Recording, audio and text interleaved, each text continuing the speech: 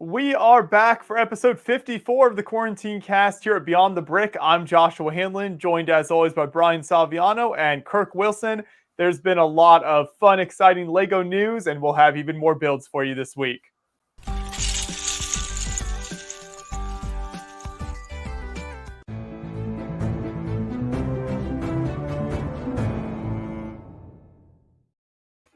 Before we get into all of the exciting LEGO happenings, this episode is brought to you by LME Toys. And Brian, what can you tell the viewers about LME Toys out there? I can tell the viewers that they are in need of some excellent LEGO products, and there's only one destination across the internet that you want to go to, and that's LME Toys from the legendary Esh Dadi, with almost 666 100% positive reviews. He has a variety of pieces, minifigures, sets, whatever you could possibly need. The daddy will take care of you as he always does. So visit LME Toys on eBay to check out some LEGO hotness. Thank you, Esh Dadi and LME Toys, for sponsoring today's episode of whatever this is. We don't know, but also I should mention that LME Toys has a deal going right now. If you're in the United States, you buy 3 parts, then you get free shipping. So it's a special going right now. So if you've been wanting to make any purchases from them, then that's a little extra incentive for you if you are in the United States as well. But we always appreciate their support of the Quarantine Cast and different live streams here at Beyond the Brick. Now, Kirk, I can tell you've got something really exciting cooked up for us today. So what is it?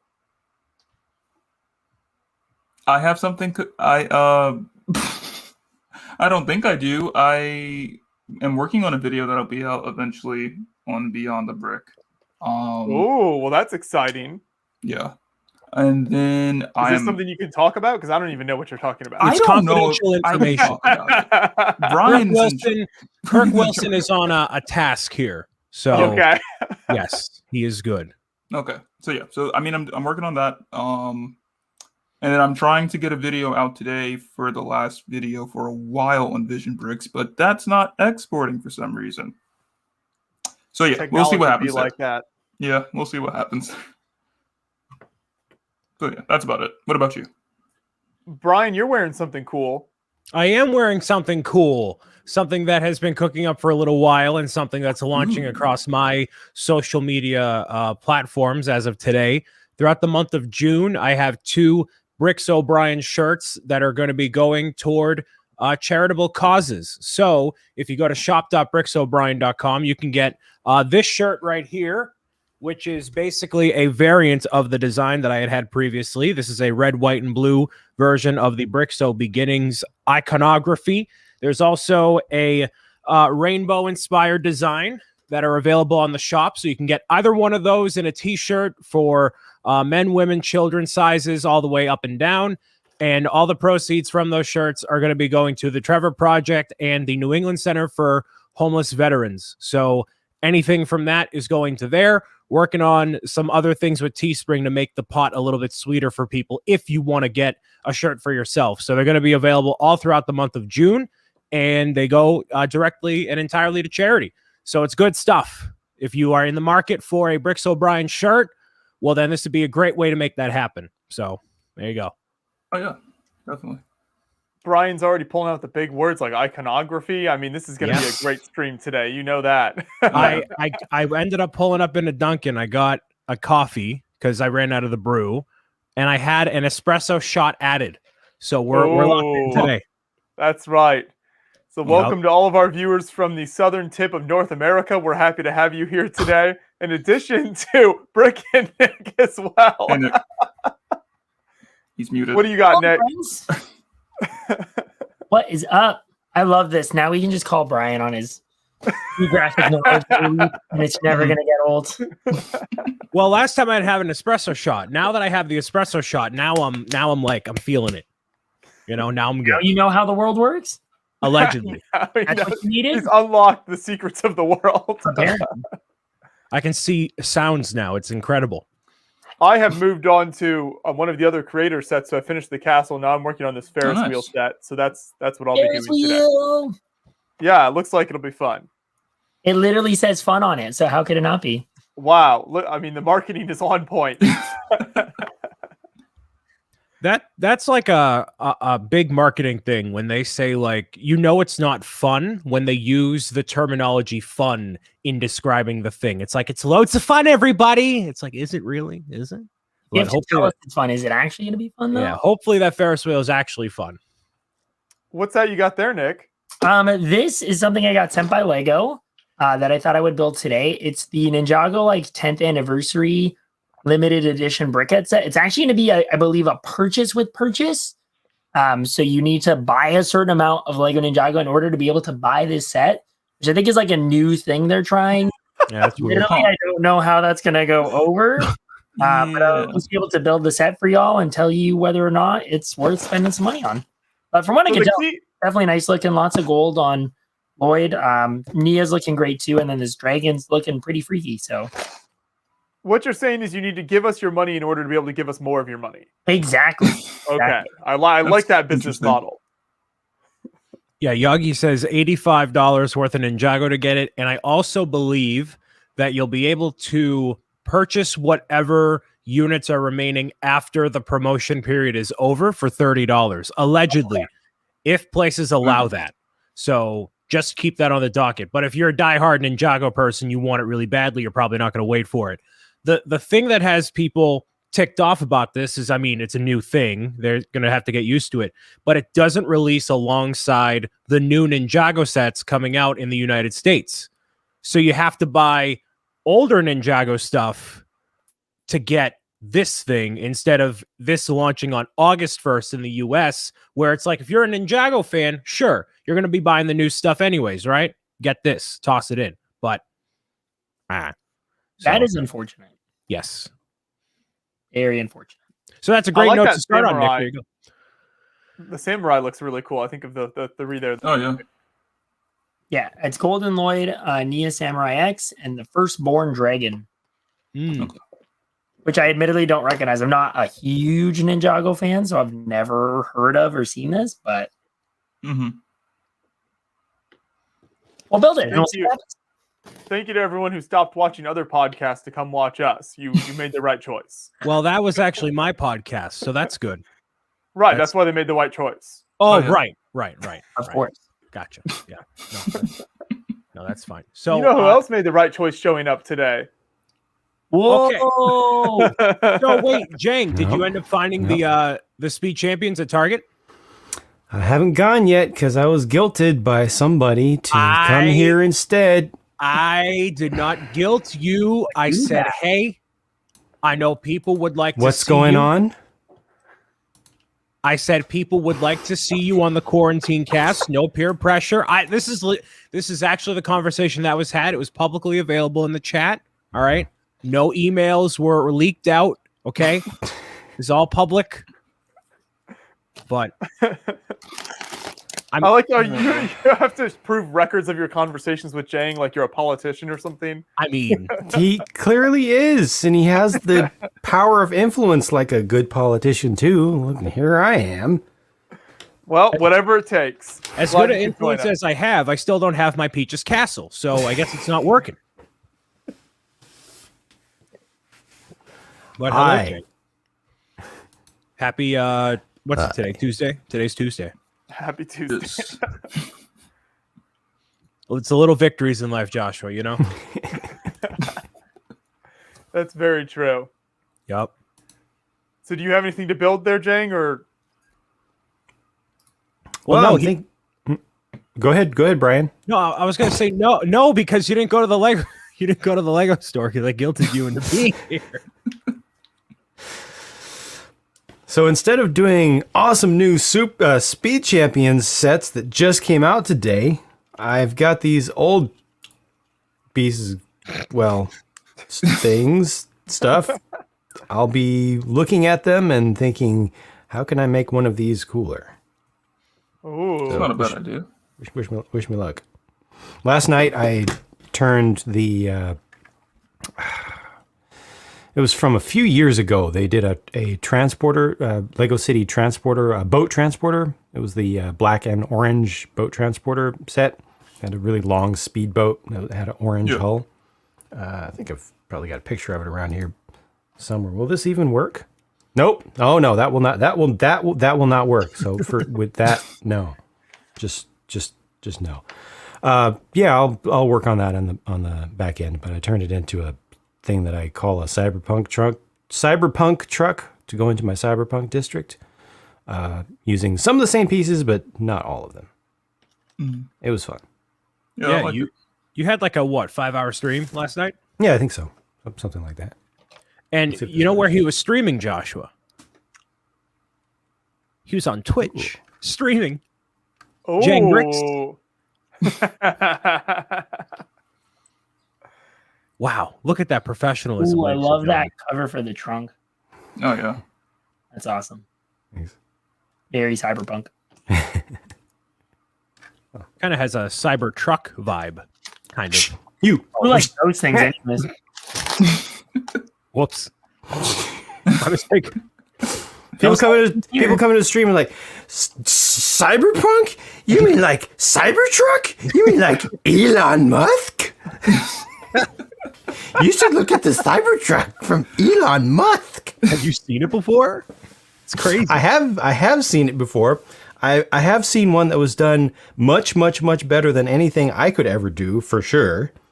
And Who made that Cybertruck? I was rather disappointed that it didn't get through the ideas system, because I thought that it was a shoe-in. I heard of somebody over on what's that platform called? Brian, you know it. Swatch? Dig.com? Is that it? MySpace? Was it? Swatch? Periscope? Oh, no, Jang. Snap- It was on the Lego Life app. Oh, I know what you're talking Lego about. Life influencer. We're going to get to that later in the stream. But yeah, that was on Twitch. That was on Twitch from Brick and Nick. That was. Jang, do you find a noticeable difference in the viewership on Twitch versus when you stream on YouTube? Like, Don't look at me. Look at his Cybertruck. Look at that thing. Gosh, a- it's big. It's bigger in person than it looked in the pictures. Apparently it's worthless though. We should do another incentive to smash this or something. No. No. Oh boy, no. I'm always up for Not what I smashing wanna things. Jeez. Maybe this will get a second chance though. Who knows? Yeah. hmm Maybe the designer should do some cool stuff with it. Maybe motorize it or something. Oh. Yeah. That'd be a smart thing to do. Oh. It would be. We'll see. Look at Nick teasing us. Gotta see So- if interest is actually there. I was going to finish working on the outline of the world map here that I have behind me, but we also have quite a lot of news that Lego decided, this morning was the morning we're going to do all this stuff. They knew the quarantine cast was coming up, and we couldn't sit here and just stare at each other awkwardly, so they had Right. to do something. I said to Jang last night in his stream, I'm like, man, tomorrow's a light day for news, Jang. People That was like his- to see you. That was his main thing. That was his main pitch. Yep. We're Like- so desperate. Can you please show up? Hey, it worked. Hey, we're all here. It's all good. Woohoo! Yay. Yeah, Brian guilts me into doing things for him a lot as well. It's okay. Like what? What did I? Oh, we could talk about that when the embargo's up. So there's a lot of news that's out that we can go after here. What do we want to start with? Ooh, is there? Ice let's start Castle. with- huh? Ice Castle. I'm sorry. Who's been on the show for 50 something weeks? I'm sorry.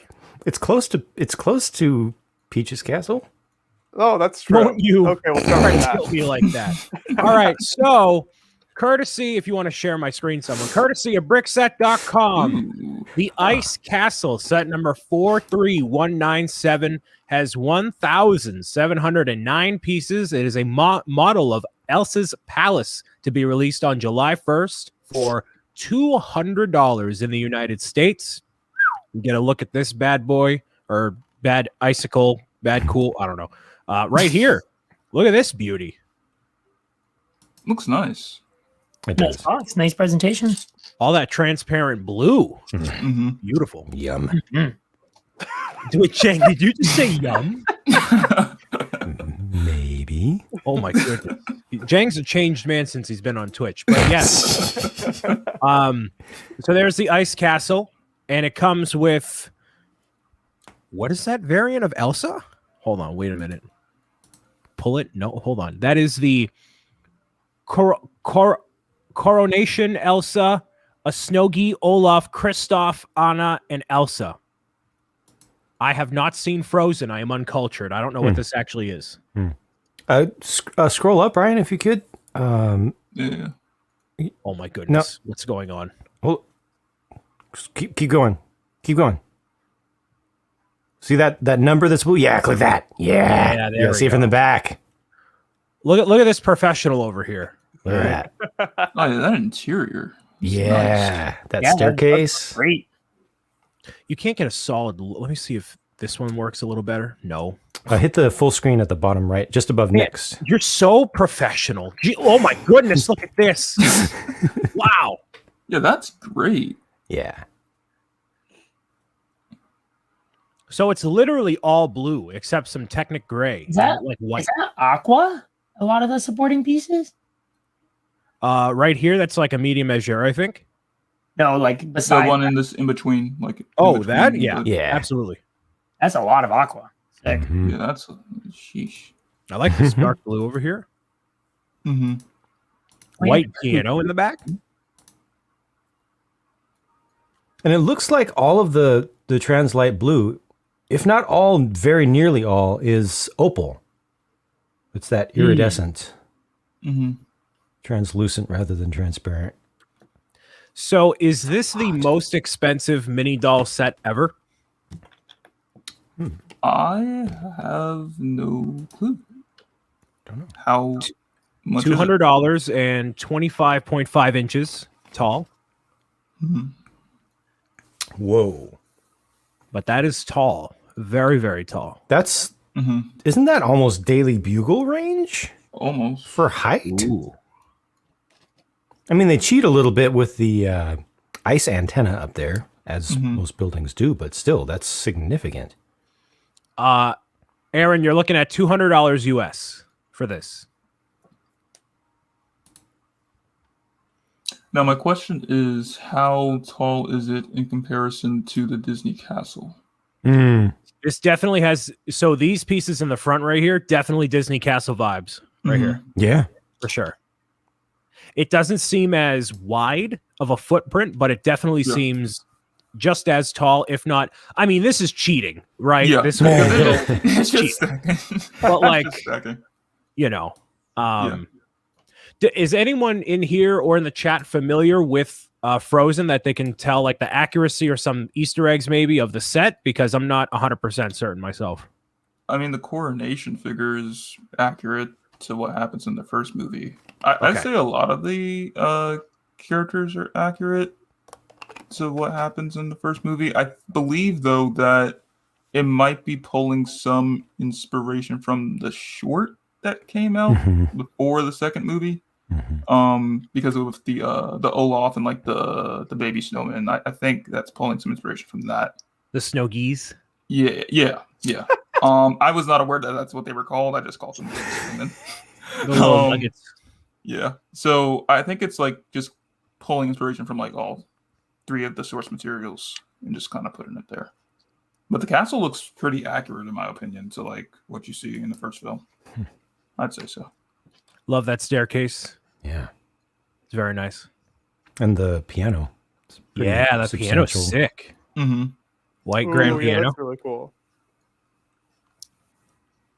So the big question with this, does it bother you at all that it is mini dolls rather than mini figures? I wouldn't say so. I think it fits for what it is that they're going for. Yeah, It you gotta kinda stick with it. weird. Yeah, it would be kind of weird if they just like suddenly changed to minifigures. Like, I mean, we have the ones that came in the CMF, which I do have both of those figures, I think. But I think the mini doll, like sticking with that format, is best for this situation. Anybody else? An opinion? I think that the mini dolls look good. Yeah, I think it fits the style of the building and the set nicely. Not a problem. I just don't know how I'm gonna get this down to Antarctica next time I'm there, because last time all I could bring was Elsa's throne. So this is gonna be a little harder. Yeah. Next video from Beyond the Brick: Penguin's reaction to the frozen castle. So I like this set, but I want to build it, but I don't necessarily want to buy it. I like it in theory and concept. I've never seen the movie. I think it looks beautiful, but Lost Dwarf is saying there's no Sven. So I know that's the reindeer, right? Yep, correct. Yeah. So obviously a couple things missing in here, but yeah. I don't know. No, go ahead. Go ahead, Brian. No, there's many figures available for Anna and Elsa. So the other figures you would have to get the mini doll versions of if you're not liking the mini dolls, but I like them as they are. The little Snowgies are cute. I have no context. Olaf looks pretty good. So I'd say it's a solid set. $200. Releases July 1st, 2021. So not too far away for this one. And there's some other news and whatnot we can go over, because that is just the ice castle, but Lego decided to drop a couple other things as well. So would you say that was breaking the ice? That was breaking the ice, yes. Are you disappointed by the lack of penguins in that set, Brian? I'm disappointed by the lack of a lot of things in my life, especially the penguins in that Frozen set. More penguins, more of that everywhere. I am absolutely in for. Always. There was one thing that was revealed that I really like a lot. Oh, what would that be? That would be the 66 Batman Cowell. Oh, well, let's take a look at this one, ladies and gentlemen. 1966 Batman Cowell, set number 76238, obviously inspired in the same vein as the Batman Cowell that came before it. Instead of having that really awkward trans dark gray part on the bottom, now you're just getting the entire stand in the middle. So definitely a change from the last time. It looks like these are stickered parts all throughout. Maybe that's printed. Stickers all through here to get that detail. So includes the classic TV series Batman logo, the iconography at the bottom. And this should retail, I think, for $50. I think that's what was said, and that would be August 1st. All right. So you like it, Yeah, Dirk? I like it. Yeah, I like it a lot. I feel like this is one I would want to put it on a shelf. I want to get the other set they released, the Batmobile for the 66 Batmobile. I want to get that. That was a nice build. Get this. Oh, really? Yeah. Okay, that's good to know. Yeah, I want to get those two and just put it on as a little 66 Batman display. I think that would be nice, because I don't have the first set that they released for that theme or license. Right. I like the use of the dark blue. I think it's very accurate to what the Batman Cowl is normally. Yep. Anybody else have any incredibly articulate thoughts on this, or nope? Nope. I still think it does look a little awkward. Like, I saw someone do a modification of the original Batman Cowl with a face underneath it, and it looked totally fine. Okay. I don't really see why they wouldn't have just gone for it and done the face again, but I can understand the purpose of not including the face, because then it's not just the cowl, it's like literally a build of a face instead of a cowl. But yeah, I don't know, something still just feels off about it without the face there. We have another hot set that was on the docket for Lego Marvel instead. This is the Sanctuary 2 from the Avengers franchise, Avengers Endgame, part of the final battle when Thanos is like, nah, you're not getting away with this time, nonsense. Comes back in and is like, oh, wait, you have Captain Marvel? Oh, snap. And then that's the whole scene. Well, quite literally, oh, snap. That's the whole scene right there. This one, I think, I don't know the pricing on this, but it doesn't look very big. Yeah. So I don't know where it's going to be at, but it comes with Iron Man, a minifigure version of Thanos that's more accurate to the movies in terms of printing and situation. And then you have Captain Marvel as well. I did not see this one. This is Interesting. Ooh, Kirk. It's first time seeing this. All right, I might be wrong on this, but this is just one little nitpick. I might be wrong though. Wasn't the Sanctuary 2 in Endgame black? I might be wrong. I think they're going with the entire Chitauri vibe. That whole thing. Yeah, the other vehicles and whatnot are this color, and that could be. It could be a situation where in the movie it looks dark because the whole entire scene is dark, and then maybe it's actually, if you had it in perfect lighting, it would be this color. Who knows? That makes sense. But I mean, the figure selection's nice. You got Captain Marvel from Endgame, that style, so that looks cool. The Thanos, I'm surprised that they. Well, I guess not really surprised. It would make sense that they made the printing accurate to Endgame and not like reuse the one that they have for the normal like non-MCU sets. So that's nice. I don't think that Iron Man is different. I think that's the one that we've gotten before, right? I believe so. I'm going to go with Barefoot Bricks on this one, saying looks meh. I never desired having the Sanctuary 2 in Lego form ever. I don't think it's iconic enough of a ship to want to be a part of the Marvel, range of sets. I think there's other things they could have done, but it's good that we get these 3 figures. I don't care about the ship at all. I feel like for me, this isn't a ship I would, or a set that I would want to get. Figures, I'd probably want to get those, but the set itself, I feel like the scale is just what does it for me. I feel like if you're going to do a ship like this, you're going to want the scale to be bigger than that. It just seems more like a battle pack sort of thing than than like an actual like play set, if that makes sense. Yeah. Right. Because will this fit one figure inside? It looks like I don't even know if it fits the figures inside. That's the thing. This front part should crack open. You put Thanos inside of there. Yeah, that's what I think. Just barely. The thing where the situation where this would look good is if you have your entire Marvel display and then you had this way in the background, so it looks larger in proportion like to the force perspective sort of thing. Yep. Because you see the clip on the near the tail. There's a little black. That's to hold his double butter knife. The double butter knife. What is that for? Just I can't believe it's not butter, Iron Man. Take a taste of this. It's the most ridiculous thing. Whatever. Yeah. So guys, Chris found us out what you've been doing behind the scenes here, Brian, as well. Presumably you guys organized Lego announcing all these sets today purely for the Quarantine Cast coverage. We actually have a direct line to Denmark. It's a funnel that goes right from my studio, and I yell, "Hey, it's us! Say something!" And then he's like, "Okay," and then it's like one of those banking tubes where you stick your thing in and it sucks it up.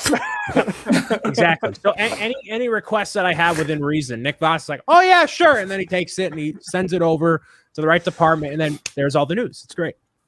Oh boy. Can we get some Luigi news there, Lego? All right, let's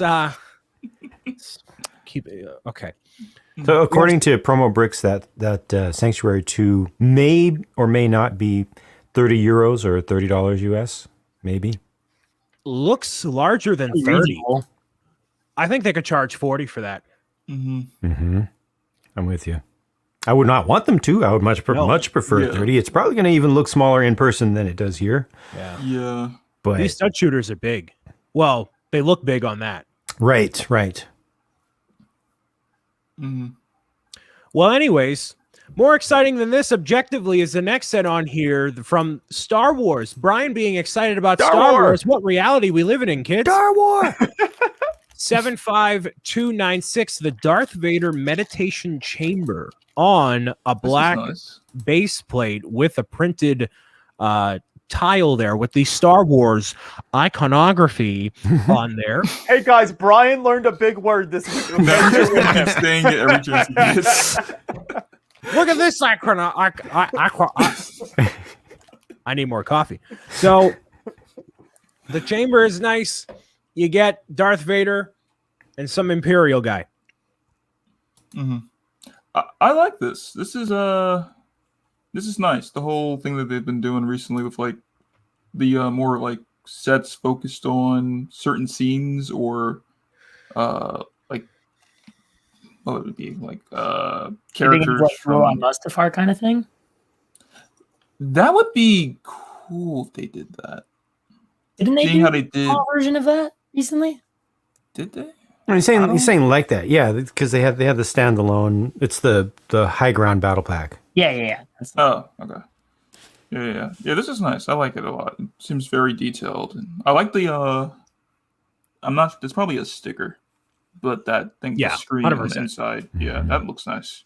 Some people in the chat are saying pass, or that the price on this one is incredibly high. If someone wants to relay how much that would cost, How much is it? I don't know. I'm just going by brick set exclusively. They don't have prices Gotcha. as of right this second, but I wouldn't be surprised if it was very pricey. But this is the first time we're getting Darth Vader's meditation chamber as a individual set. Have we gotten it in a sub build of a set before? Yeah, it's been in. I might get this wrong, and people are probably going to hate me if I say this wrong, but I believe one of the Star Destroyers or something like that. It's that been sounds inside about that, right. like a small build. But it's not super detailed, so this is why I like this one much more.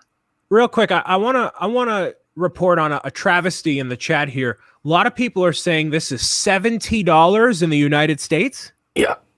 70? Hmm. How many minifigures? 2. How many pieces? I have no idea. 663. That seems a bit high. Maybe if it was, I'd say maybe 50. Oh. Maybe. Stop the presses. It comes in a black box. Man. All the money. All the money. An 18 plus set with thumb tabs. They needed to make a stand to make it worth the price, dude. Okay, so the Darth Vader that's not a special one, right? At all? Doesn't seem to be. Seems to be very generic. You gotta, when you have a set like this, you gotta have an exclusive figure. Something. You gotta. Or like better detailing or something on like the minifigure. Something, like, dude. It just seems. The rest of the room, maybe? Yeah, if it was Right. If it was like more like a vignette sort of thing where you have that build and then you have like walls surrounding it with more details, like that would justify the price. But just for it to be this, it does not do that. Yeah, $70. Yeah, no. Well, Goodness. I mean, well, this is a whole price to part thing. It's not necessarily indicative of how much you get for volume of stuff or otherwise, but so many pieces must go into the base beneath the base as well, the square part. Because I could do without that myself. I feel like the square base may even take away from the aesthetics of this set, just because it feels like it was more the circular portion of it, or whatever the actual shape of that is, that kind of sets off the entire.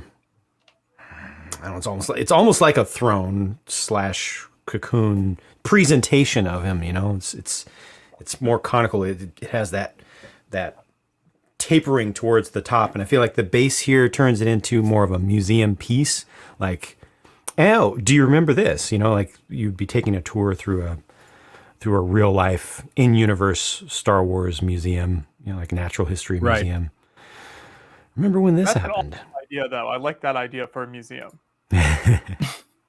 you want to see some more sets that have a pretty abysmal price to part ratio, but are still cool. Is the Lego Jurassic World sets that also got announced today. We'll go over these briefly because I don't think any of us are super big dinosaur people. $40 for the 4 so plus. It's a 4 plus $40 set. Has 129 pieces for $40. Whoa! That's. I was gonna say, and with only one kind of medium small size dinosaur, but that's a $25 dinosaur right there, Jan. And that little piece of poopy's at least 3. Shoot! Little poopy. Dang! Yep. Pink hair. I'm saying the pink hair it's all about that pink hair for sure. You know, every video I've seen people covering these images right now are like, man, but I'm really interested in that pig hair character. Like, this set's $40, people. It's full. Yeah. Like, I couldn't see myself doing it. Like, I do love Jurassic Park or whatever, but I could not see myself doing that. That 2x2 round tile seems to be, it's printed. So that's cool, I guess. Yeah, they don't do stickers on 4+ sets. I don't think. nah. Yeah. So that's I don't. about it. I don't Understand it, man. What else? And we have this is Lego's way of being like, hey, we know you guys want a Jurassic Park Jeep, but absolutely not. But It's not. But Totally not cheap. No one's gonna You're getting notice. That round tile on the side reminds me of the old pizza pieces from like the Lego Island set. Yeah, absolutely. Except it's a dinosaur. Yeah. Where I don't where see does any interest in this for me. where does the cost come from? Is it the light? It can't be the license. It can't be. Okay, so it's possibly somewhat the license, and I think it could also be just the dinosaur molds, maybe. But No. still, I Those just think tree it has to molds. be a bit lower. I don't recognize those tree molds. Those look really big and probably Oh yeah. expensive to make. Yeah, they've been doing those for a while though. That's not. Never mind. It's all good. Yeah, I don't know. It's got to be lower. 40. And it's not new molds for the dinosaurs either. Those are existing molds. They just changed up the colors. Okay, yeah, that's. Yep. Yeah, no, that's not right. It's getting worse and worse the more we like. Yeah, so let's move on. Hey, this one's pretty cool. $30. Set number 76940, the T-Rex Dinosaur Fossil Exhibition. 200 pieces, or 198. So much better appropriate price to part ratio. Love the printing on this, making it look like a dinosaur fossil set. I like this a lot, actually. I think it's a pretty good value for what you get. I dig I it. feel like they could have not cheaped out and done a couple more of the white pieces in tan, and it would have like this? looked drastically better. Yeah, so this is clearly like dinosaur fossils ideas inspired right here, right? But then, these are the more accurate colors to what bones actually are. And they're like, no, we're going to mix it up. It's like, huh? Yeah. Yeah. See, like, I like the set. I like the concept. I feel, though, like, maybe it's just me. If I was to get a set like this, I would want it to be bigger. If that makes sense. Sort of like on the scale of how they did the Jurassic Park gate T-Rex. Like, I don't know how that would work exactly, but I think that would be interesting as like another D2C type set. So I think what they did here was try to make it very close to the size of the standard T-Rex from the whole normal non-fossil version, so that if you have one of those and put it next to this, it makes sense. Right. And baby Triceratops, new color, all the heart eyes. Just give me now.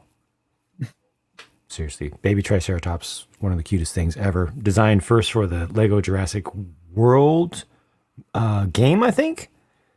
Animated series? No, I think it showed up in the game first. Okay. This was years ago. This was like 2015 or something like that. That the baby Triceratops, and it took until I think was it last year or a year before to get the mold for it. So this is a new exclusive color, and that makes it worth the $30 for me by itself. Well, there we go. We also have set number 76941, the Carnotaurus Dinosaur Chase, $49.99, 240 pieces. So there you go with the not stellar price to part ratio. It kind of looks like I'm in this set, which is weird down here. You have to buy it. You don't have a choice. You have a master's degree in dinosaur stuff, don't you? So doesn't that make sense that you're there? Paleontology, yes. That's it. Yeah. It's called dinosaur stuff. That's right. Yeah, see, Jake knows. What's up, man? How's it going, everybody? Hey, Jeff. Hello. Thanks for stopping by. Yeah. So $50, 240 pieces. Not too bad. I mean, you're paying for the dinosaur, basically. That's $50. Yep. I can think of multitudes of things that we can do for $50 that looks more fun than that. None of them are appropriate for the stream. Right. Right. Any other thoughts from people? I don't know. This one doesn't do it for me. I mean, the dinosaur school. That's kind of where it stays for me, though. Mm-hmm. I'm just glad that the helicopter's there because, I felt like we were really missing out on Lego helicopters last year. Yeah. Yeah, I'm not a big fan of the new color scheme for the Carnotaurus. I feel like the last one was much better. Although this has a glare on it for some reason that they kind of this particular picture that disguises the eye. But still, I feel like the print is just a lot lower in definition and just doesn't stand out like the first one did. Of course, the first one came in a set that was $80, 80, had a gyrosphere and a little bit of terrain build in addition to a larger vehicle. I feel like this is about the normal price we expect for a set of this size with a very large molded animal in it. Doesn't make it feel good, but it's like normal pain, I would say. Hey, Jang, do you want a Jurassic Park Jeep? Can I have one? Nope, you're not getting it. Not with that. No. Pay no mind. Wait, before you pass that, though, I will say that color scheme for the vehicle reminds me a lot of Dino Attack. Oh, yes. The vehicle. You're right. You're right. That looks very reminiscent of that. But not the Jurassic Park Jeep. No. Yeah, no. Not that. Forget about it, kids. You're not getting it. You're just not getting it. Oh, it's because the Jeep was developed for World War II.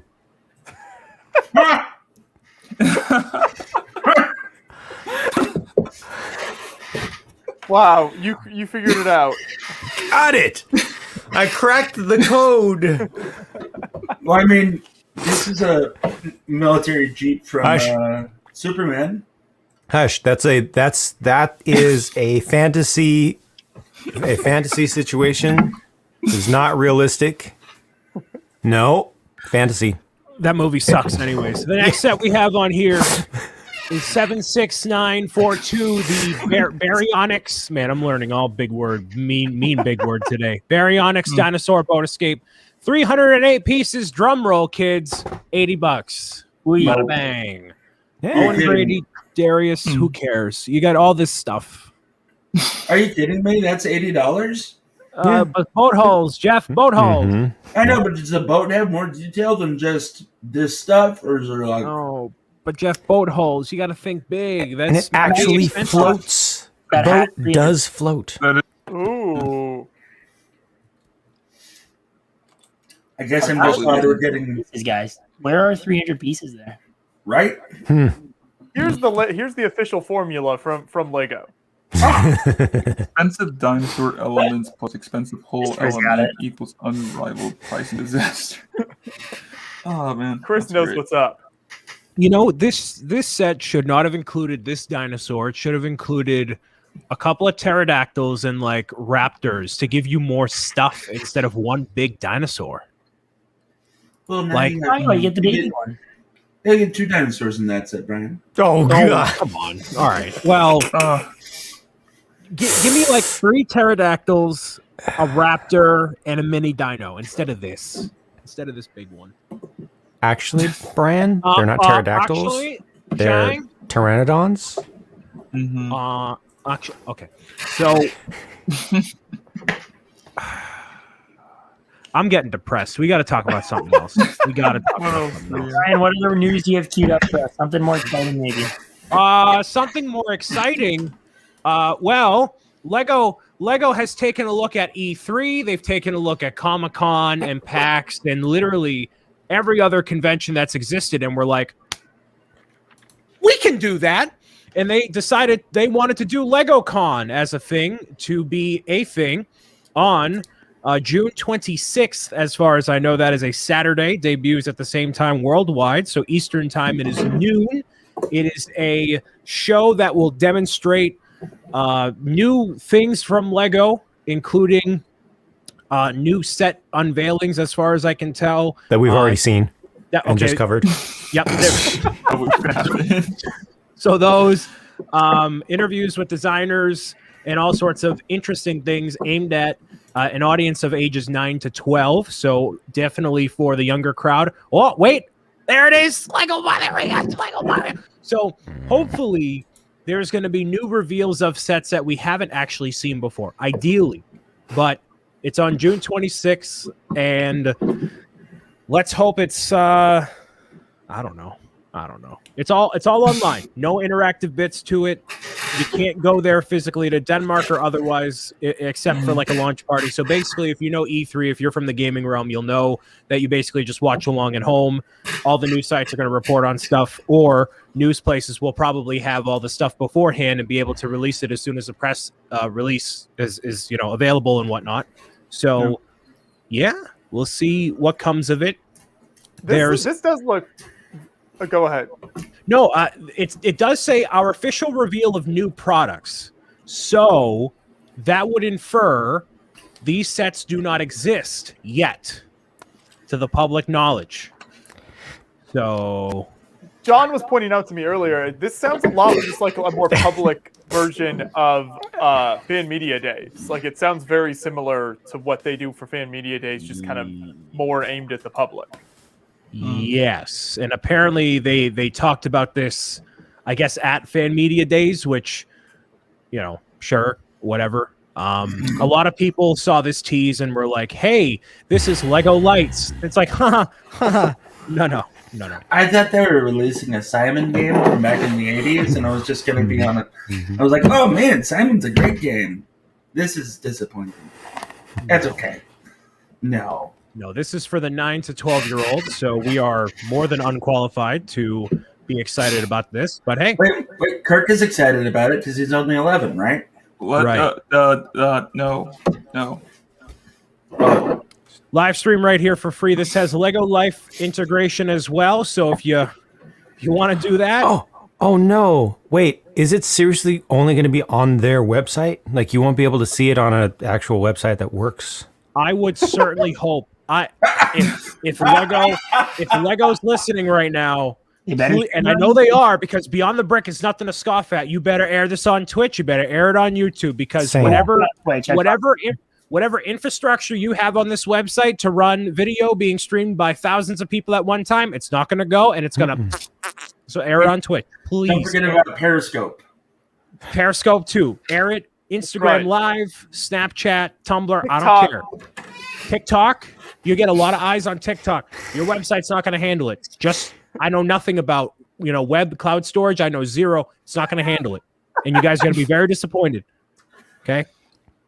Yeah, Just that saying. wouldn't be good. Oh, where can I watch LegoCon? You can stream a LegoCon right here on the desktop and mobile versions.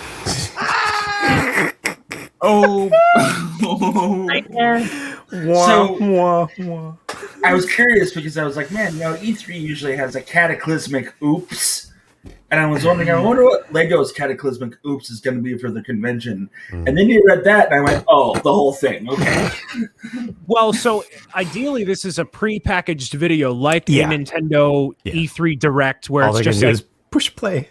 push play. But their website is not known for whatever infrastructure they have for Lego Life. It's not going to handle the traffic of all the people, especially on a Saturday afternoon. Diehard Lego people, as well as all the little Declans and Jennies that are going to be watching this on the Lego Life app. So I predict nothing going wrong with this broadcast at all. We're all going to enjoy it together without interruption. I'm telling you guys, boot up the Lego Twitch channel and just simulcast it everywhere, literally everywhere. The Lego YouTube channel has millions of subscribers. Why not do it there? Yeah, that would. Yes. It's because they know that they can't compete with the Beyond the Brick streams on Twitch, so they're like, why bother? That's crazy. All how many? 28 people? Hey, thanks, Twitch. Love you guys over there. Jang, is that your Cyberman that you built earlier today or yesterday? Yeah. It's pretty dope, dude. I watched the video on it. Thank you, sir. Thank you. You're welcome. I enjoyed that too. I found a good balance of interacting with folks and yet not going crazy from the backseat driving. It's kind of like separating. Like, I'm doing this, and we're also talking, but you're not doing this. it's important to have those boundaries. And it felt good. It felt right. All right. Yeah. I'm just messing with minifigures. Noise. Nice. So that LegoCon happens on June 26th, but there's actually something airing a little bit closer than that. That is Lego related. Do you guys know what that is? Anybody? Lego I heard Masters. I heard it was Mega Block Legends. Oh, Tonight is going to be the first episode of Lego Masters Season 2 in the United States. Get excited, everybody. There's going to be lots of shenanigans unfolding on Fox, on whatever your local station is. You can watch that at the given time zone and all that. And it's going to be hosted by Will Arnett, just like last year. So if you want to check it out, I know that there are a few people from the Lego community involved, and it's going to be a good showcasing regardless. Obviously, episode 1, they're just starting some things up. They don't know how things are going to go. But you have a great cast and crew and everyone involved here. So it should be interesting to see where things go. And I'm sure that we're going to get to know a lot of these people if they are involved in the Lego space through Twitch, YouTube, or otherwise, doing interviews, being on shows and whatnot, maybe even being on here. We will see. But yeah, lots of exciting things in the works for that. Look at this guy right here. I know this guy. hey. This Michael Kanemoto guy. I have high hopes for him, personally, but that's just me. One of the teams is Mark and Steven Erickson, who actually some of the first people we ever interviewed on the podcast, like 10 years ago now, and have been building for their brothers, building for a very long time. They don't go to a ton of conventions, some of the Brick Fair shows and stuff, but well known for their castle builds. Great guys, great builders. So it'll be fun to see how they do. So hypothetically, if we were to say put money on things, hypothetically, who would your money be on to win this thing? I'm only going to say Moto because I know him. That's it. I know these guys. I know that guy. There's a lot of good builders on the show, so I'm not going to put any money down at this point. Joshua's trying to stay neutral because he knows he's going to be talking to a lot of these people, okay? He's a professional. I said Moto at the get, but I don't know anyone yet. So Dave and Richard are actually pretty good builders. Dave Coletta, he's been building in the community for years. Dave Coletta is crazy talented. He built that big old Batmobile, Batcave back in the day. Remember, Joshua? That was the double decker with Wind Mansion up top, and then the huge Batcave below. Yeah, he's done a whole bunch of really impressive builds over the years. He usually goes to Brickworld Chicago and has quite a nice display every year. So we'll find out what happens with them. Episode 1 tonight. They probably, if I had to guess, will not eliminate anyone just like last time because they're like, no, we want you to form an emotional connection to at least some of these people before we start ripping your heartstrings out. They do have more teams this year, though. I think it's 12 instead of 10. Yeah. Oh, really? I feel like we're all noticing that. Inspired by Lego Masters Season 1 airing tonight, it turns out these aren't the only people that are going to be building in a live environment soon enough. Nick, isn't that right? It is indeed, because you can find me and Brian working together as a team, attempting to do these Lego Masters challenges. We're going to start with that tomorrow on my stream, and then we'll actually be continuing it over here on Beyond the Brick every week. So whatever the challenge is on the show, you guys will be trying to do it yourselves? Exactly. We are going to use a limited set of pieces. We bought the exact same sets. So we're going to be working within the constraints of those. So it'll keep the builds a little bit smaller, simpler, quicker. But yeah, me and Brian are going to see how we work together as a team. And we can show our potential to the mysterious folks who decide who compete on LEGO Masters for the future.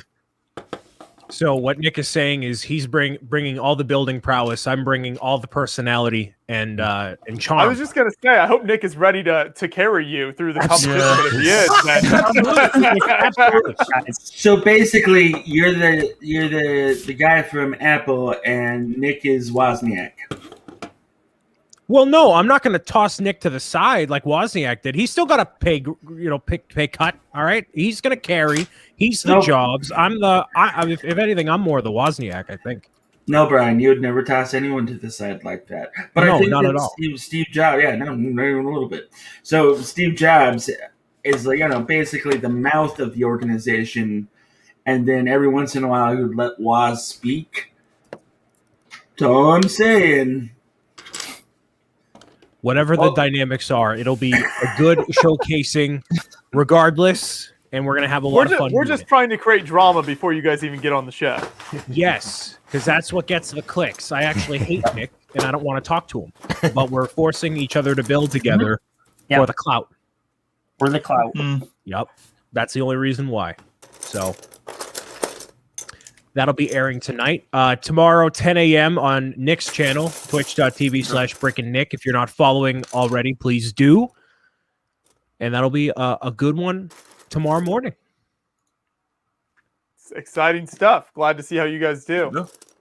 Yeah. And then, whatever challenges kind of appear, we're going to do them on here. The only complication is going to be if there's anything like super spicy that comes out for Lego sets that I want to build on here, I might be like, hey, Nick, we got this really cool thing. Oh, yeah. Don't worry about that. Yeah. We skip a couple. I didn't do all of them last year when I tackled them, so there might be some we don't even like that we might want to skip, so definitely not a big deal. You guys going to have guest judges like the show? I'll volunteer to be a guest judge. Yeah, you guys can end up being our judges for sure. Yeah, I don't think we actually got that far, but yeah, you can guest judge. That's fine. That's all good.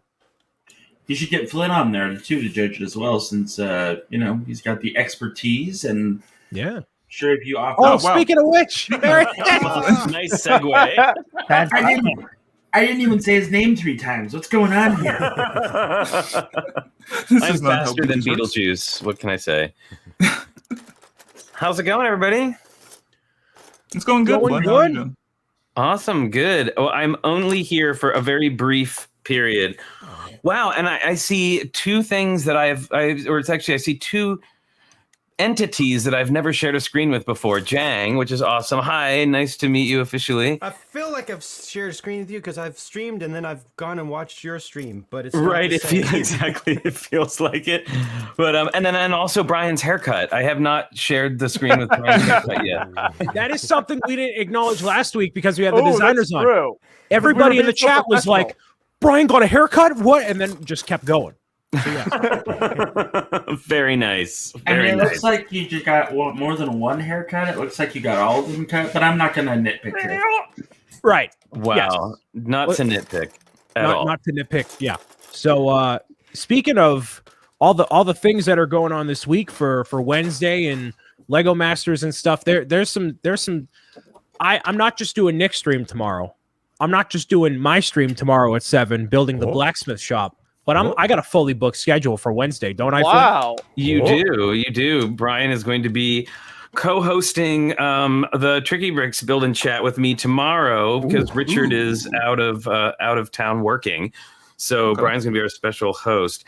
So I said I can only stay for a few minutes, but while I'm here, I wanted to say that today I received 2 packages in the mail.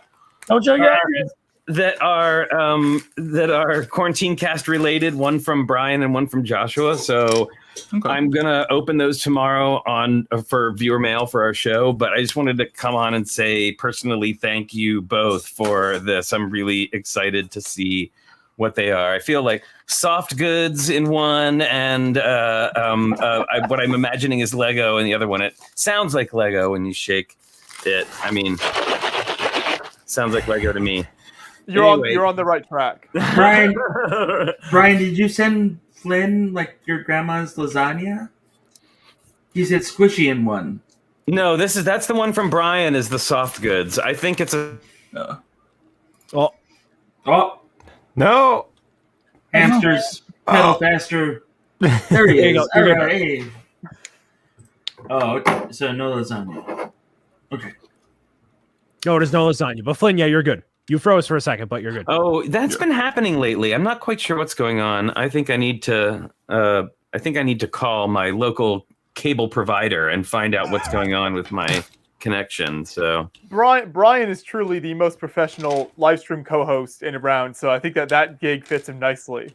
It does. He's been on before as just a regular guest, but now this is his first co-host gig. But Ooh. I've seen his work. So Yeah. So it's a When you call the cable company, you have to say, "Don't you know who I am? I was on TV. I was on a cable network." My picture has been transmitted through your cables. Yeah, I'm sure that will get me very far. But gosh, what? Oh no! no. Something really exciting was about to be said. No, you're good. You're good. Again? Wow. Yeah. Okay. Yeah. So no, I was just saying, like, what a huge day! Like, so many announcements and so many new things on the shelves, and just it's. I woke up this morning after the holiday, ready to kind of like slowly get ready for our raid train this afternoon and some other stuff. And then I was like, oh, I woke up to many emails and comments, and I was like, okay, I guess I need to get on. I need to get with the program. I kind of forgot it was all happening today. So they announced that. Did you guys already talk about LegoCon? We talked briefly about it. Then we transitioned to talking about Lego Masters, which I'm noticing that Michael Kanemoto is in the chat. He's like, today's the big event. Preparing for the premiere. If you were a true professional, Moto, you would pop onto here and promote the show tonight. All right. So let's make something happen. All right. I don't know. You're busy with work. You're doing whatever you're doing. I want to summon Moto through the ether. Right in there. If it helps, I gave him an invite rather than you just saying words. Jeff, I already gave him the invite. It was supposed to be a surprise. Wow. Well, then I won't. I'll let Moto talk about that. But yeah, so LegoCon, Lego Masters premiering tonight. The Everyone is Awesome set just landed on the shelves today, which I'm super. Oh. Gosh, and a bunch of other new sets too. Although I guess there's a bunch we're not getting until August because US or because North America. I don't know if that counts in Canada too. Nick, are you getting on the late train with that stuff? I have access to Fox through satellite. I don't think it would be airing on any Canadian channels, as far as I've heard. Got it. Oh, I was sorry. I was talking about the sets that are being released in We're Europe. on the same timeline. Yeah, on the same timeline as us. That's so disappointing. I'm so pumped. Are the episodes of Lego Masters available to watch online anywhere, like Fox website or anything? Does anyone know? Yeah, I think Moto was telling me that the Fox app and on their channel on Hulu the next day, which I'm really hoping for because we don't have regular TV and I have no way to watch the show otherwise. So really hoping it ends up there. So yeah, Lego Masters 2 premiere tonight. Very excited to be a spectator this time and not have my stomach in knots at the beginning of every single episode, wondering how it's going to be edited and like what's going to make it on and what's not going to make it on. Because that was a thing.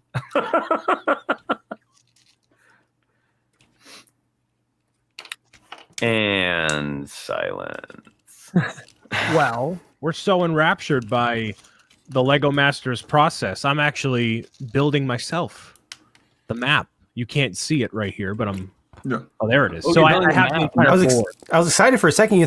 You said you were building yourself. Like I know. I thought you were building your like a 3-dimensional statue of Bricks O'Brien. Like the scale of that Pikachu back there. Yes, my ego is not quite that big yet. Give it another couple weeks. Once I have the Lego Masters season 3 or 4 demo reel, then I'll have a self portrait back there with my likeness on it. It'll be great. I'll keep you in check. Don't worry, Brian. Thanks, man. I've got this nice base of the Ferris wheel here. Oh, nice. Oh, awesome. Okay, I got to ask a question because so you guys like put together sets when you're streaming and stuff. Do you ever sometimes not finish it and then you end up having to move on to another one and then so you may or may not have a couple of unfinished sets lying around? Absolutely not. That'd be very unprofessional. I do that all the time. Yeah, I know. don't do that because I'm a professional, so I finish each project and move on to the next. My name's Josh, and I'm a professional. Joshua Hanlon, Oh, I know. professional. I can't compete with Nick when it comes to professionalism, though. Oh. I think I should just do a stream where I finish all of the sets that I wasn't able to finish on other streams. I could probably fill a stream with that pretty easily. I guess I've never been the type of builder where it's like, oh, if something new comes out, I have to do it immediately. So I'm always fine with just finishing whatever I've got going, and then I'll get to the new stuff at some point in the future.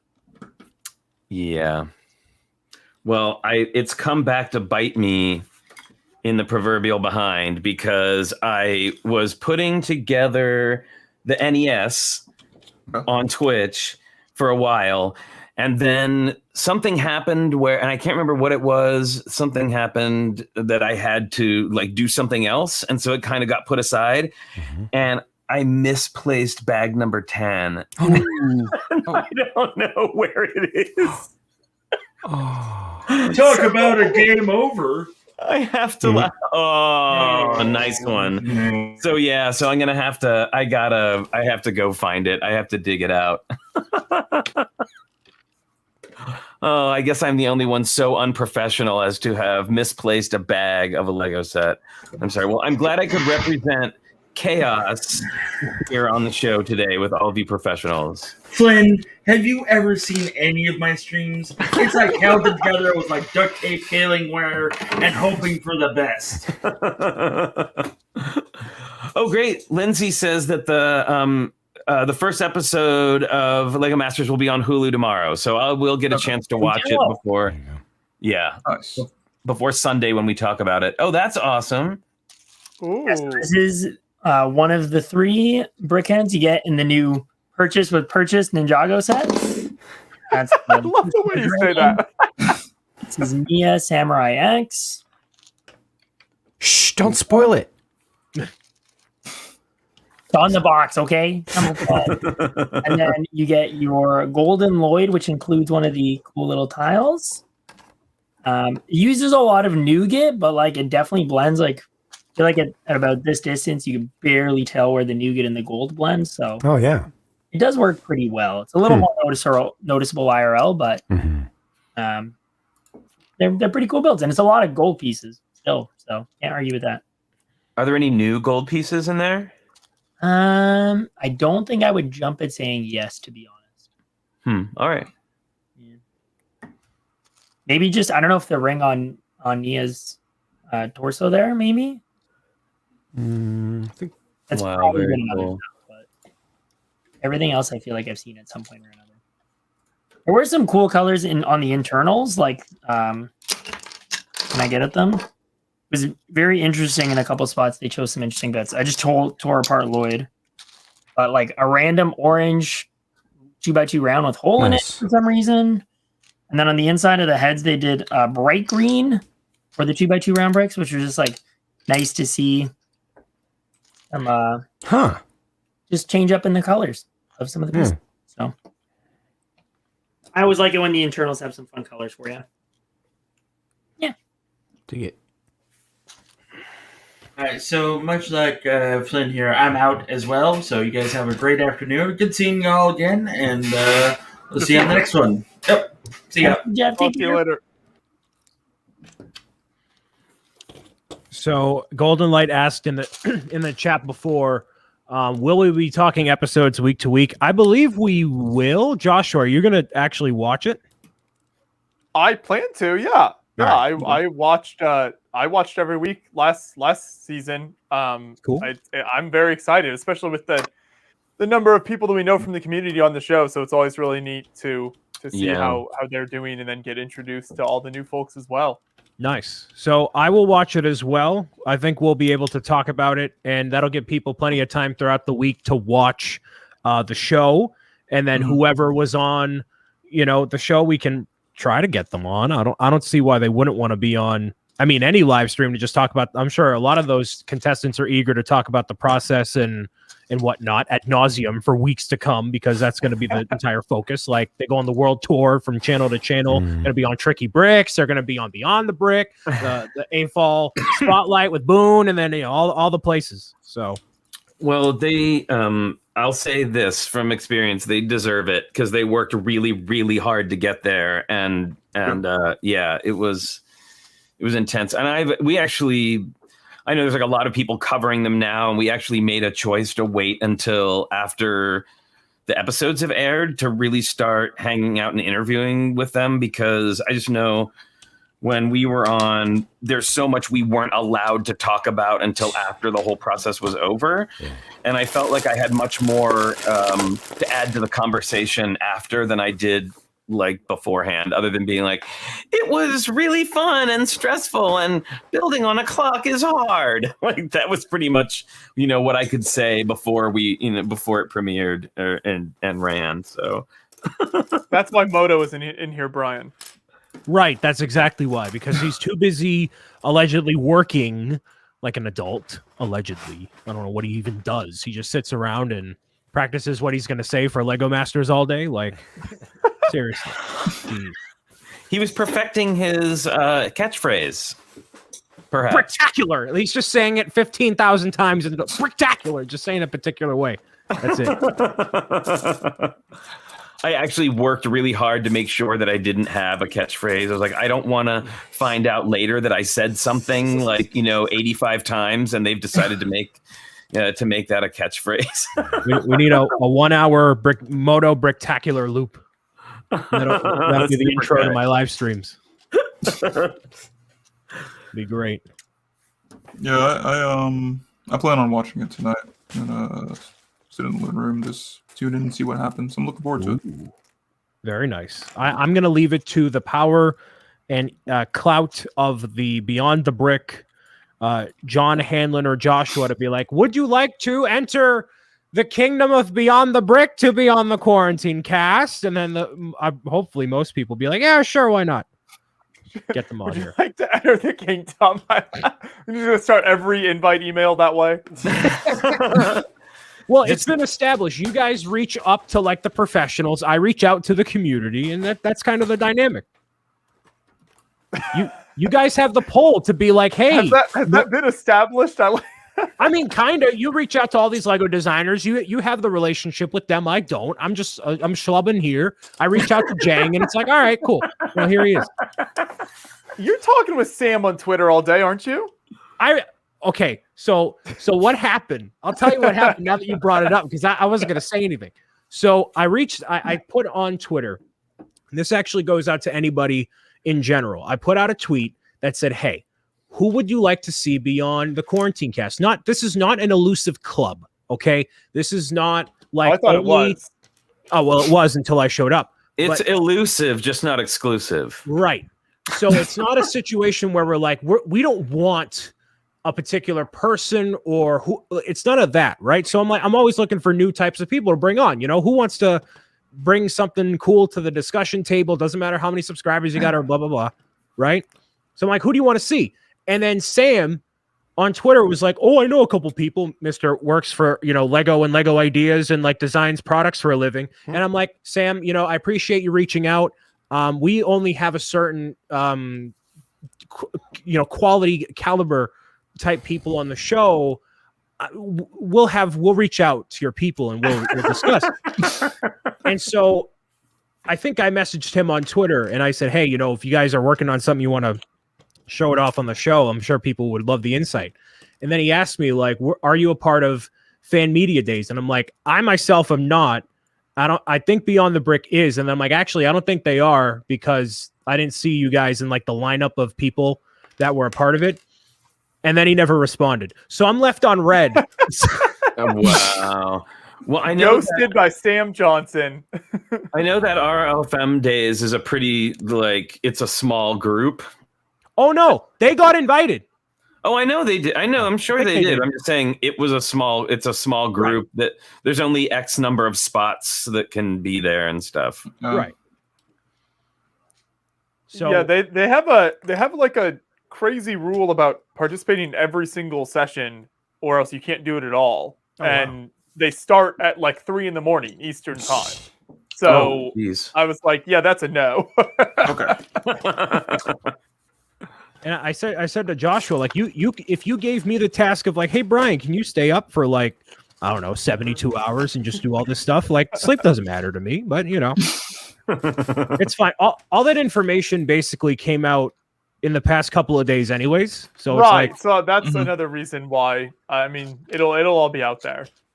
So if Sam wants to bring on his Lego designer people to talk about, oh, I don't know, when are we going to get more information about Lego Sonic or something else? You know, literally anything else. Literally anything. Kirk can ask him some more about trolls. Oh boy, Kirk. Oh boy, that day look, the guy's great. I love talking to him that day. No, Kirk, you laughed in his face. You were I like, I always laugh whenever I think about that moment. It was just the slow motion that went through my head of him just saying, I was the one that made it, and I was just like,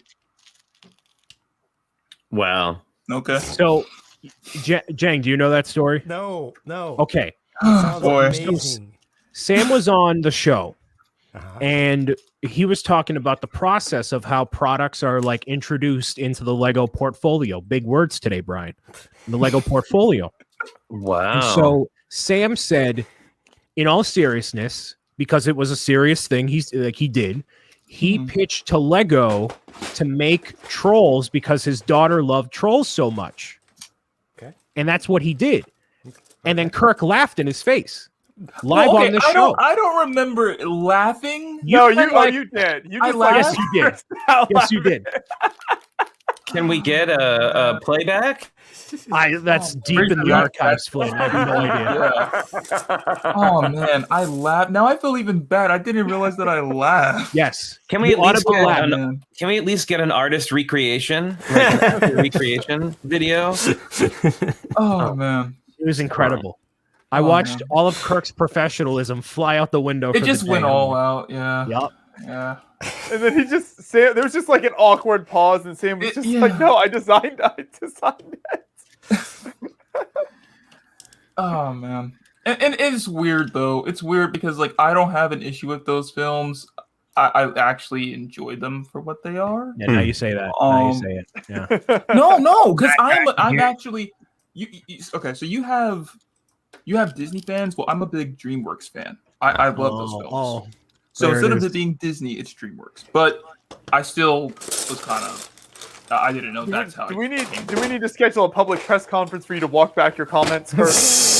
Yeah, sure. Well, you know, and as always, like we're not the target audience. Yeah, you know, no, like that's not. Like I think like that theme in particular is something that like my sister would want to like have, if anything, because she loves those movies and loves the show. But for me, it's not my thing. I would probably be drawn to like something like if it was How to Train Your Dragon or something as a set. Like I would love that. I'm sorry, if we're not the target audience, then why was it made? Dang, asking the hard questions. Although I gotta say, like it's still. I don't know. There are some lines that didn't, or themes that didn't do so well. But if nothing else, they always ended up being great for their interesting pieces. Parts. Yeah. Like, I didn't think Nexo Knights was an amazing theme, but it had incredible pieces. Yeah. Same thing with Trolls. There's a bunch of really, really cool pieces. Funky stuff. And, I will. And I know for some people, Elves was that. I still think that theme is brilliant from beginning to end. Oh yeah, it's one of the greatest Lego themes they've ever made. No irony there, no sarcasm. Oh, I'm so glad to hear you say that. That's awesome. Yeah, I agree. Like it is, one of my very favorite themes. Yeah, It appeared in Brian's comeback video. Yeah, no, 100%. I have seen those sets and while I was at my time at the store selling them, like I looked at them for hours a day, and I'm like, these are actually really, really cool. Yeah. Not the standard. And at the time, it was really prevalent of friends being like, let's go shopping and spa and whatever. It was actually really cool, interesting situations that elves were in. And I think you're seeing a lot of love, especially in video right now, for like those elves. And when they come out, hopefully those at least sell pretty well, because there's definitely something to having dragons, not just in Ninjago, but having dragons and fantasy something, whether it's Lord of the Rings or otherwise, just something fantasy always on the docket. And having something like elves allows it to be colorful and different and unique. And that's what that needs to do well. Yeah, I mean, it just that whole fantasy element, and not just like medieval, brown color palette fantasy, but just really over the top, pink and purple and green, and just so many great colors and pieces like those. I think elves, one of the greatest contributions of elves to the Lego line are those fences that have the little thorn, like the swirly thorn things on them that can be used as window treatments or whatever. Greatest piece that came out of elves, in my personal opinion. See, I'm going to counter that with the funky bright colors that they came up with for foliage pieces, for just the standard small and large foliage pieces that they did. Absolutely. Didn't introduce the white, but the pink, the dark red, the magenta too, I think. Lavender, and it looked good. Looked good. It looked believable, and it was world building that they did really well there. All right, I'll give you that one. I still think the fences are right up there, though. All right. But I personally use them to great effect as a window treatment in a castle that we did, and it looked really beautiful the way that they all work together. Yeah. Blocksmith Forge in the chat says, Brian, don't act like you don't go to the spa. If I went to the spa, you know how much more relaxed I'd be? You would notice. Like, man, Brian seems pretty at ease about life. Like, what happened? Do we need to organize a Beyond the Brick spa day? I don't think I've ever been. Let me tell you what's going to happen. Brick Fair, Virginia. We go to the spa. All right. Then we go for a nice steak dinner on John, not on Beyond the Brick tax write-off, on John himself personally. Wow. Okay? I'm sure he'll be all on board with that idea. He better be. So he needs something to relax all his muscles from all that pickleball playing. Right. Oh, yeah. That's it. Tax write-off. It's beautiful. So this is what I did with those fences. Ooh, nice vertical. That's nice. And you can't get, there's not another piece that'll give you that look that's not printed or stickered. That is nice. So really a fan. Really a fan. Okay, you can take me off the big screen now. Just in time for Moto to get in here. There he is. Hey, Moto. Hello, everybody. Hello. Wow, I'm on Beyond the Brick. I watch this stuff all the time as a fan. Oh, okay, that's enough. You've been on here before. Come on. Have I? The 24 hours. Yeah. Oh, yeah. Oh, okay, yeah. You reminded me. This is your first appearance on Quarantine Cast, though, so thank you for joining us. Glad you can make it. Yes, and hello, Jang. We've never met. I'm Moto. Howdy. Hey, Jane. Moto's famous, or he's going to be famous once episode 1 airs tonight. Looking forward to that. Can you tell me more? He was famous before that. Well, of course. Well, was I? Yeah, well, I was. Okay, fair enough. Good point. You were on a lot of streams. I will say, to the point that when you disappeared, everyone noticed. Yes. I'm just going to say right here that Moto being on Lego Masters was the worst kept secret of the Legoverse. It was really, it was a worse kept secret than the Looney Tunes CMFs. It was. I kept my secrets very well, but you guys felt a strange disturbance in the YouTube force community. Yeah, exactly. I think it was perpetuated by people like me and Jeff who were like, hey guys, where's Michael Kanemoto? Where is he? I wonder. Okay, let's talk about something else instead. Oh, I know. Brian was the worst. He would come into the chat of our show because, Moto's on our show a lot, so he would, and people would be like, "Oh, where's Moto?" He'd be like, "Oh, he's on a work project. He's going to be gone for a few weeks." And then Brian's all up in the chat. "Oh, sure, chat. He's at work. Yeah, I get it." Thanks, Brian. I'm surprised you guys didn't mute me for a while. Jeez. It's hard to keep Brian under control. Trust me.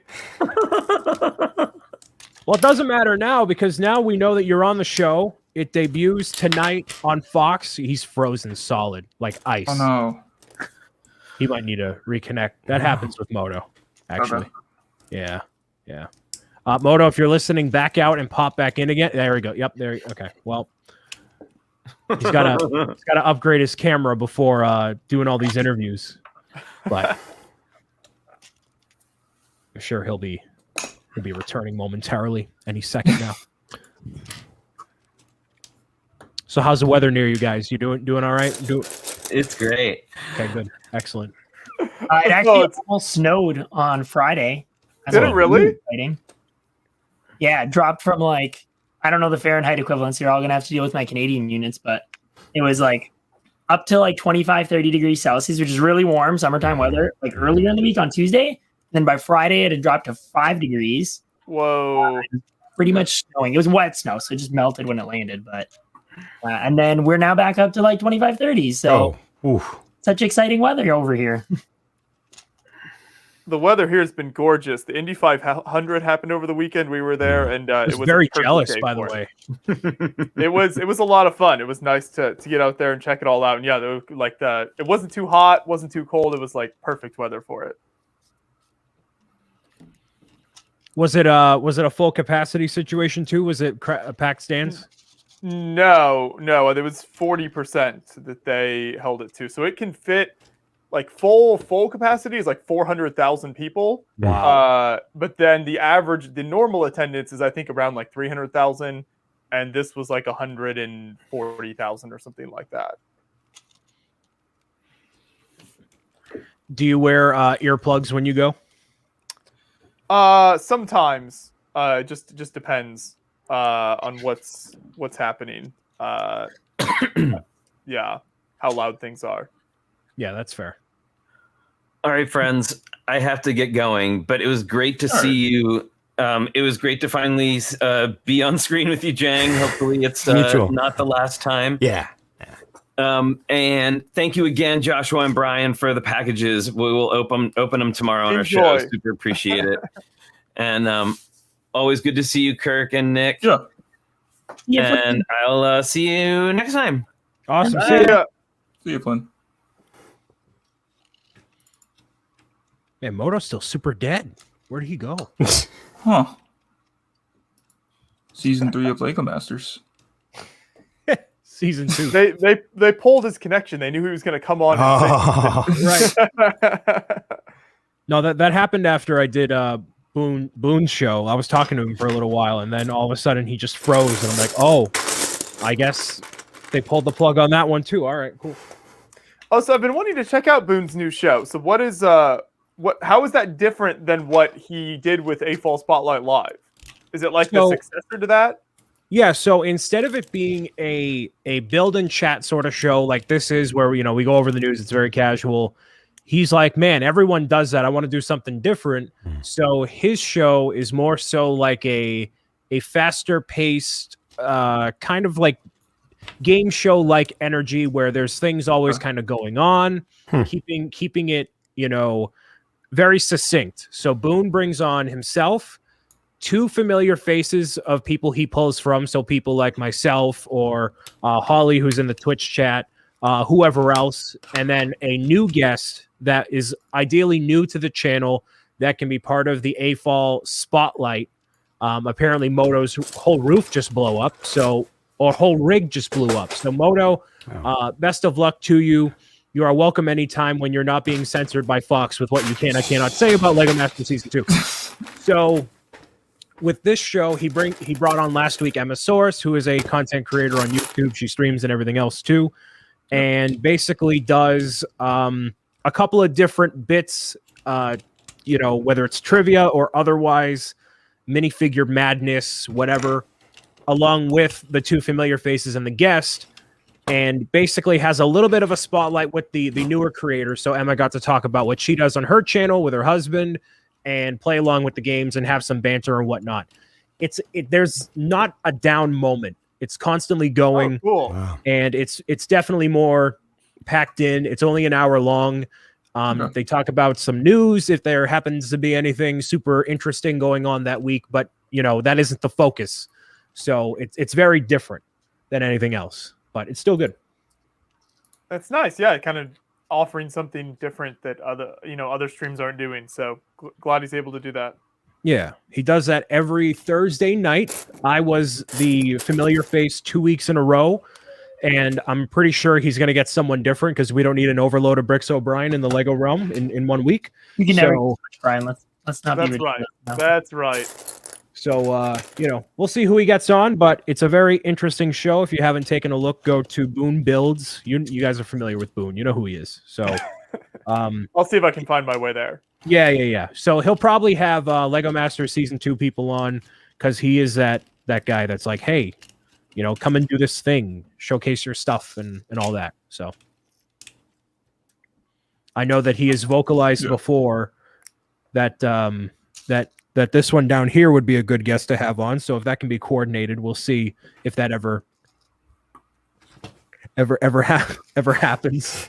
But yeah, good stuff. Boone has a whole Word document too. He has a whole plan, different bits. Oh man, so professional. He's had more planning going to one episode of that than we have in 50. How many weeks? 54 weeks of this. He's back. There he's back. Hey, sorry about that. No, you're good. My rig could not handle the awesomeness of all the people here.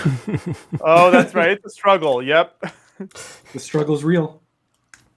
So I was saying before that, Lego Masters Season 2 airs tonight on Fox in the local time zone and airs on Hulu the next day. You are part of Lego Masters Season 2. We all knew it because we're very observant and keen-eyed. Yes. So how you feeling? Today has been absolutely insane. And I would have joined earlier, but I went down to my local Lego store for day one release. Oh, wow. Nice. You mean you didn't let Brian peer pressure you into joining at the beginning, like saying? No. He sent me a nice message, but I was in the store checking out, and there's a drive involved in things, and I'm just grateful to be on, and I got my set that I wanted, so I'm very happy, and now I've got to figure out. I'll just set this aside. But good to be here, and today is absolutely insane. The entire cast is messaging each other back and forth when we're going on air or we're getting interviews or local morning shows or things like that, and of course the big push from Fox itself every single day. There's something out there that they're pushing hard to get the word out. It's nuts. It's absolutely crazy. Do you have watch parties planned or anything like that? Most of the cast does. I do not. My son is unable to be vaccinated because of his age, so I don't feel comfortable taking him out to an event. But some folks have large watch parties planned, and it's going to be quite the event to see this thing roll out and kind of relive the experience. Sounds like fun. We're looking forward to it. Oh, I'm really looking forward to it. This one's for Brian, because Brian, I was listening closely, even though you were throwing minor shade while I was driving in the car. Lego Masters Season 2, it's going to be spectacular. There it is. That's what I want to hear. That's just for you. I love it. So tonight being episode 1, I mean, you are NDA'd out of your mind. You can't say anything, obviously. And I can say some things. Some things have been announced. Okay, Don't cut off the interview before it starts, Brian. Well, I don't want to. Yeah, he's undermining your own ability to try to get stuff out of me. So Well, I never, and I do it with Lego designers too. I'm not going to say, hey, can you tell me this thing or that thing? Like, you say whatever you want to say respectfully, and we won't, push you for answers you can't give, Well, it's easy for me to say no, but yeah. Oh, so he's walking away. He didn't have a question. Oh boy. Hey, I've got this important question. Bye. I apologize. Pizza's here. That's what I think about you. No. I've tried to get him to be more professional, Moto, but it's a real struggle. No, this is a live stream. This is like you watch what happens and see the chemistry or the lack thereof, and yeah, it's good to be here. The lack thereof. You would think 54 episodes in we'd have figured something out by now, but nope.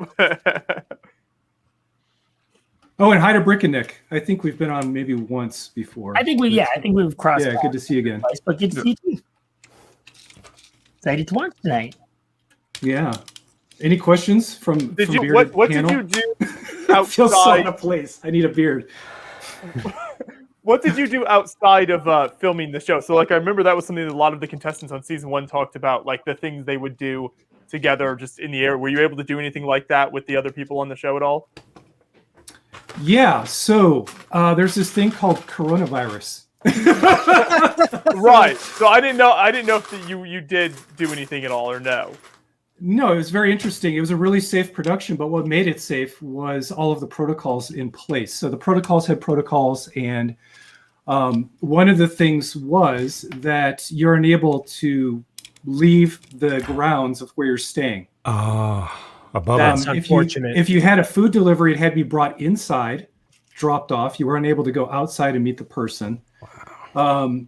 And then, down to the vehicle transports had shielding and things in place, as well as the green room production, double layered safety stuff was going on, as well as, a real true bubble around the production and of course all the cast members. So that's the exact opposite experience of what Boone and Flynn have said about, we went to Disneyland and we went walking down the streets of LA. Like, yeah, what was nice was we were able to reserve a space on one weekend leading up to the production.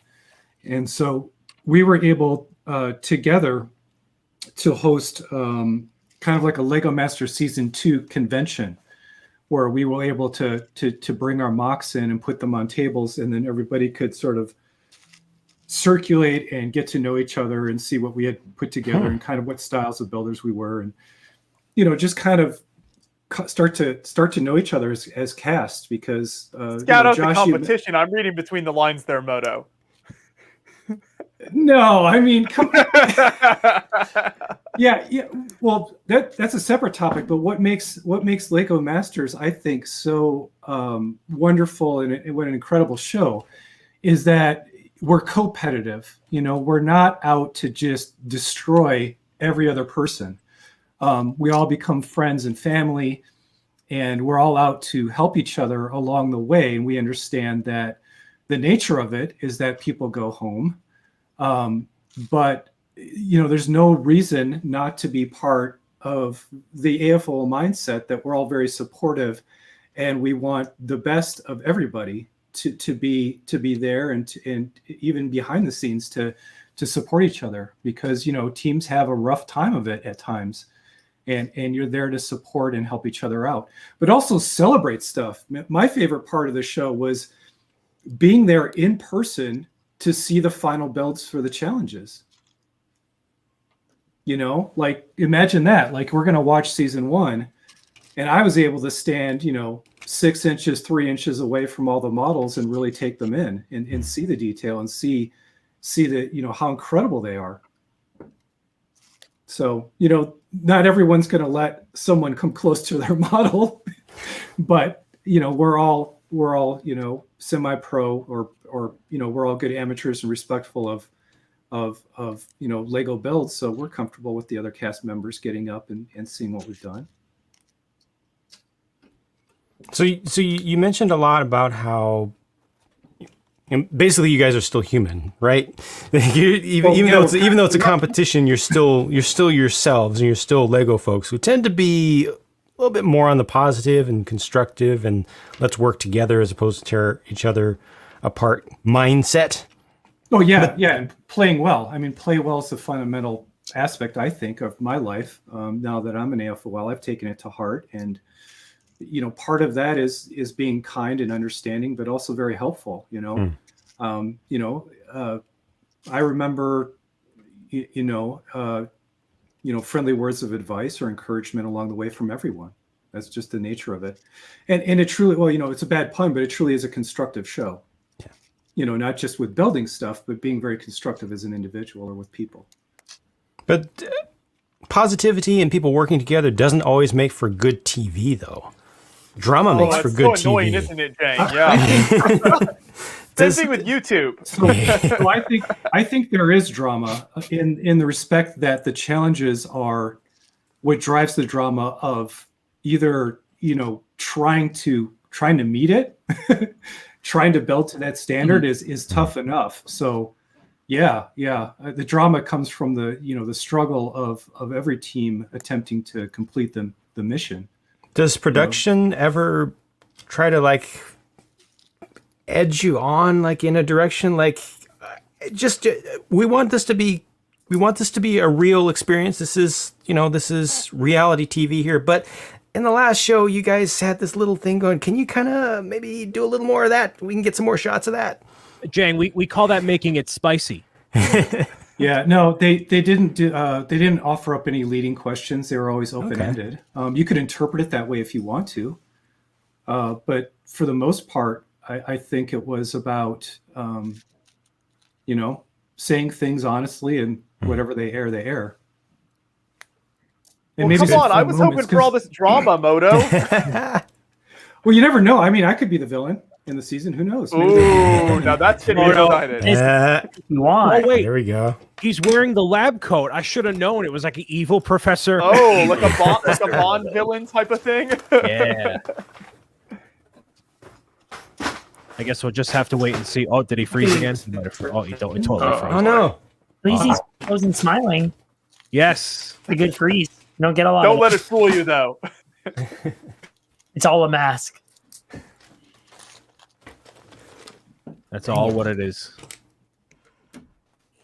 Yeah. Oh, shoot. My What? Voice. Oh, that's awesome.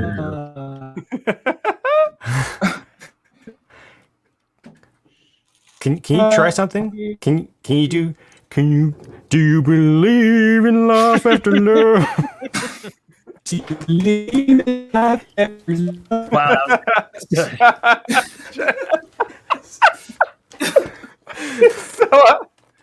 Man. Made my week.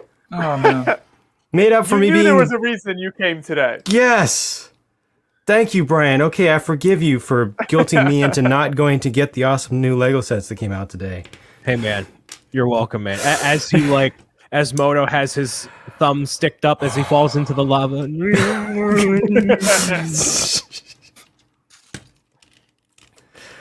Oh, that's great. That was genuinely good.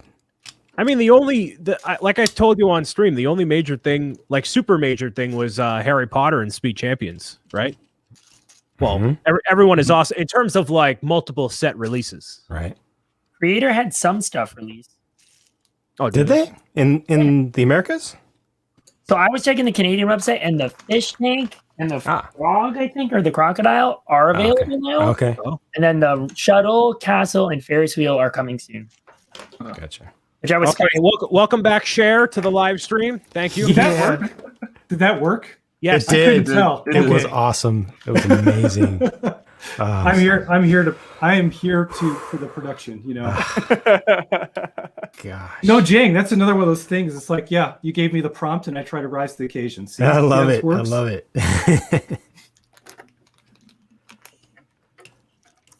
Oh, everybody's so quiet now. I'm attaching the Ferris wheel right now. Ooh. I was expecting more. I don't know, more. More drama? I'm gonna start building too. To create more drama, here's David Hall. Oh my goodness! Oh boy. What's up, guys? Hey. Yo. Hey, It's been a while, David. Good to see you. Yeah, sorry. It's just been a busy last couple of weeks, honestly. David, no. What are you building? There's no Star Wars sets out. What are you building? A giant mock? What are we doing? If I'm being honest, I'm building minifigures. Oh, jeez. I have to put the arms on these guys. I hate putting arms on minifigures. Oh, wow. It's like the worst. So I definitely will be muting my mic as the process happens because it makes that like really high pitched click noise. Oh yes, I call it raking plastic. That's a good way of phrasing it. So I'll ask you this question while you're doing your thing here. So we talked about a little bit earlier the Darth Vader meditation chamber. It is $70 in the United States.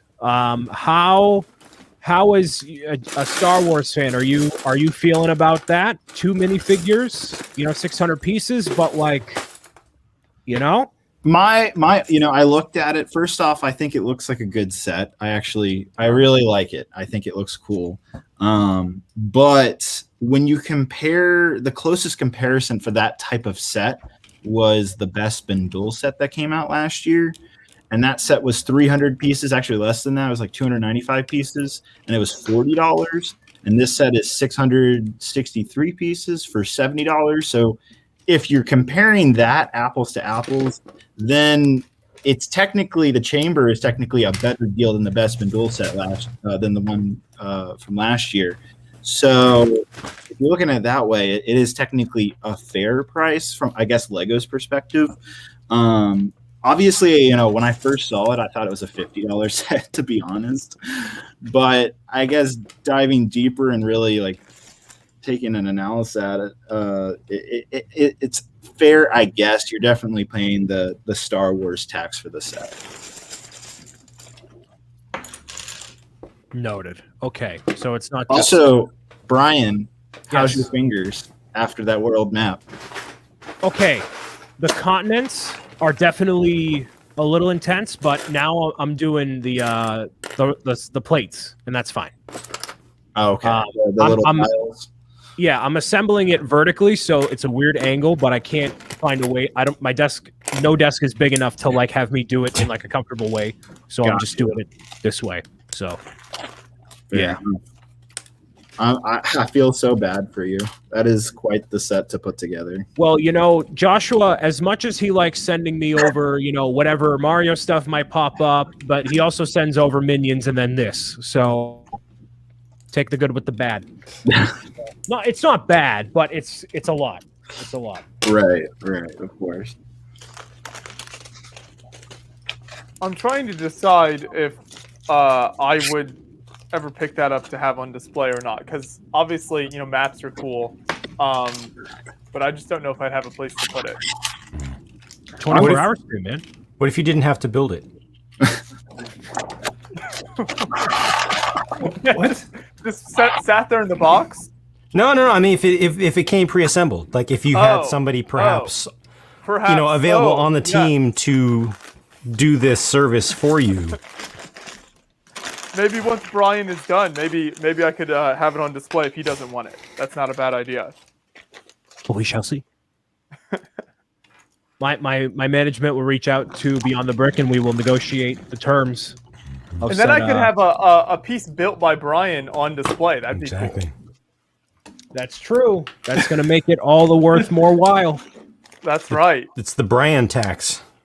It's a high tax, man. It's a high tax. That's the cost of doing business, I guess, right? Exactly. Moto's been in the business. He knows. He knows how it goes. Yeah, I've been in the business. Yes.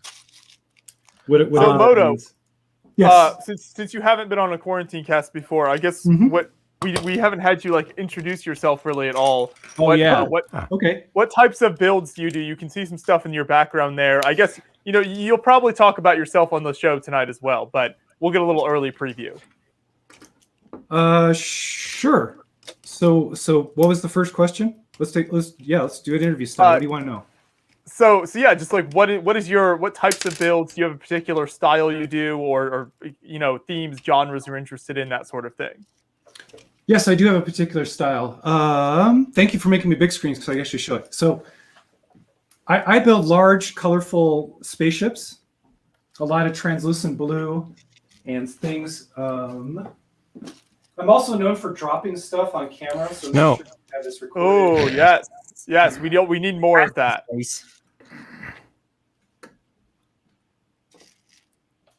I noticed one little piece always seems to fall off when I pick this up. So let me try to get it reattached. See, you know this man's a pro because he's holding that multi-thousand-piece spaceship with one hand. I feel like I've seen that wolf somewhere before. You have. I'll show that next. Yeah. Okay. So here's a good example of my work. This is called the Chrysalis. This is the very first mock I ever created as an adult. Wow, going all in. Jeez. Yeah, but the thrusters can rotate and move. This can spin independent of the body as a play feature, so that's kind of cool. It's held in place with magnets, so it can eject from the body if it has to. I won't do that right now. And then if I turn this, you can see that the engines will scissor. And I just knocked a little piece off, so I'm going to swoosh it over here just for a moment. There we go. And get that back on. But yeah, it's got a reactor chamber, reactor core in the back. Nice and purple. I love translucent pieces, so you can see purple, translucent blue paired with the medium azure, which is probably one of my favorite colors. And yeah, just a lot of styling and stuff. So that was a really cool first build for me. Yeah, just kind of awesome. And then when it lands exactly just like a 1950 style spaceship does. Just. So how fragile would you say that build is if someone were not qualified in terms of that model? If they picked it up, how delicate is it? Yeah, Brian, you can't touch it. I wouldn't let Brian touch it. That's fair. So why did you go with a big? Oh, did we lose him again? Oh yeah, he's gone. No. He's gone. He's gone. Oh man. Completely. Oh, wait, he's back. There he is. Oh no. Yay. Okay. Man, I rebooted my router and did everything possible, but today it's just not behaving. But what was the question? Why did you go with a big spaceship model for your first mock as an AFOL? I think as you asked him that, we lost him again. Yeah. Oh boy. Man. We'll just keep him full screen and stare. So he needs to write up a expense report for Fox to give him a new webcam and monthly internet to do these interviews properly. Yeah. In all seriousness, because that is a lot of work to do after the show. Like you said, all seriousness. Mm-hmm. Not that I am Moto's press guy, but you should be though. I mean, we get a lot done. We get a lot done. There he goes. So, well, while we're here, I guess I'll say, I'll ask David. Hey, what else you working on, man? You were the most recent addition here, so you're obligated to share what you're working on. But it's secret though. Secret. There's no secrets on the quarantine cast, David. Wait, did that DHL shipment get to you already? Jeez, that's crazy. Jeez, I'm expecting mine in a couple days. Oh man, no. He's laughing because he knows I'm not kidding either. Well, one thing I've come to the point that I've run out of space in my basement, and so I have no. Dude, the gunship's that big? Are you kidding me? Oh my goodness! Jeez. No, it's not the gunship. I know it. But I've gotten to the point where I'm going to have to get a storage unit. I'm looking into that this week, and I'm planning on getting a one of those, I guess, like 5x5 or 10x10 square foot thing, and just packing sets and boxes and just putting there because I need more space. It has gotten to that point. There is when you get the storage unit, you know it's a problem. It really is. And there's no room upstairs without getting yelled at by my girlfriend. So it's got to go on the storage unit, unfortunately. One cool thing is I finally had the opportunity to buy the first Lego set that I ever got as a kid, like the very first one. I finally found someone selling it new in box. I don't even reach it, but it's like this 2000 Jack Stone. Maybe I can read the set number. 10159. That's the set number. It's like this city airport, and that was the very first set I ever got as a kid. At least from my memory, it might have been like a smaller set, but to me, that was like the first one I remember ever getting, and that kind of started my whole Lego spiel. But it's a cool set. I finally was able to get that. It's a tough set to find new. It's really exciting. That first set magic is like, I think, something special to so many of us. So. Oh yeah, absolutely. Do you guys remember what your first set ever was? I do. I actually have mine. I've always kept mine aside. I feel like I deep down knew Lego would be around for a long time with me. So right where my finger is here is one of the rescue trucks from the late 90s. I can run over and grab it. Yeah, if you're full screen, that means you got to grab it. Get it. Just this tiny little guy right here. I will say it is unlikely all the original pieces are actually in here. I'm pretty sure I've stolen parts from this at some point and then replaced them later, but just this little guy here was the first set I remember ever getting. So it'll always be special. Oh, I remember that set. Yeah. Do you know what year it's from? I want to say like 95, 96. Gotcha. The rescue team, I think, was around at that time. Yeah, here's mine. Where are the weights? Where are the keel pieces? I left them on the shelf because of time. Yeah. It's missing a few pieces, but this is how I got into becoming an AFOL was, the first Lego set for my son. We had gotten it and started playing with it. And then I was in a thrift store, and this was in the original box. And it brought back all the memories of me playing with this in the bathtub with my brother. Wow. So this is what set it all off. This particular set right here. Wow. Yeah. And the weights are just, you can't set it on the shelf. You have to take the weights off. But yeah, what a great fun first set. And I don't know, I'll probably get my internet knocked out again. So is there anything that I can show you guys before it goes away again? I think I'm being monitored or something. I'm about to say a spoiler. Yep. They're really concerned with what you're going to say to us. Yeah. They know Brian asked the hard-hitting questions. Clearly. Yeah, so spaceships there. Did you want to see the wolf? Or so sure. Yeah, I make big spaceships. The one I showed you, that spaceship is holding up, that's on the smaller side. Usually my stuff is a true ship. They've gotten a lot bigger. No, the wolf. So the wolf, you've seen the wolf probably because Lego social media accounts picked this one up, and they shared it. So it's been around the social medias. But this is the one I'm probably the most known for. This is called polytexture, and that's a term coined by the person I learned it from. It's from Riley of Brick Science, and he was about an hour away from me. Oh, that's awesome! I didn't know you guys were so close by. Yeah.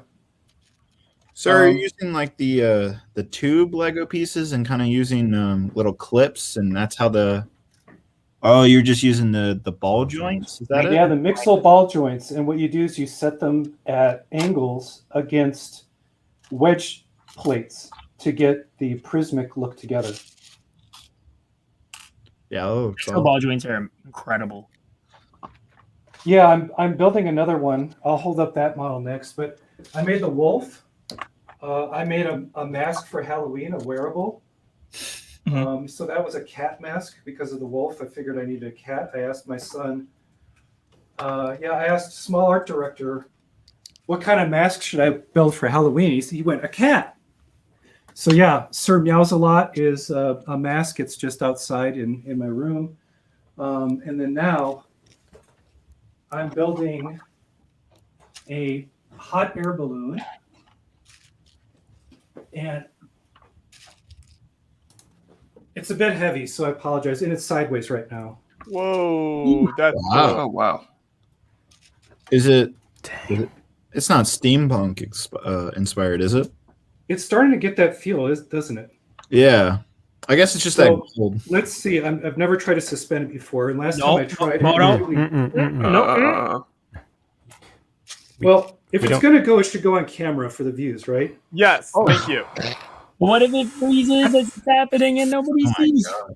But it's being popped, and there you go. Whoa. First demonstration successful. That is really cool. That's beautiful.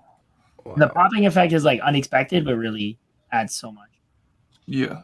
Wow. What is holding that? I'm holding it by string. Just wow. Oh my. That's crazy. Ugh. Gives me nerves. Yeah, David, imagine having your entire like Kashyyyk mock hanging by like fishing wire. Oh, God. Yeah, if you look in there, that's where it failed. It ripped out from the top, so this time I really beefed it up. Jeez. And just added a ton of extra brick on the top to keep it from ripping out.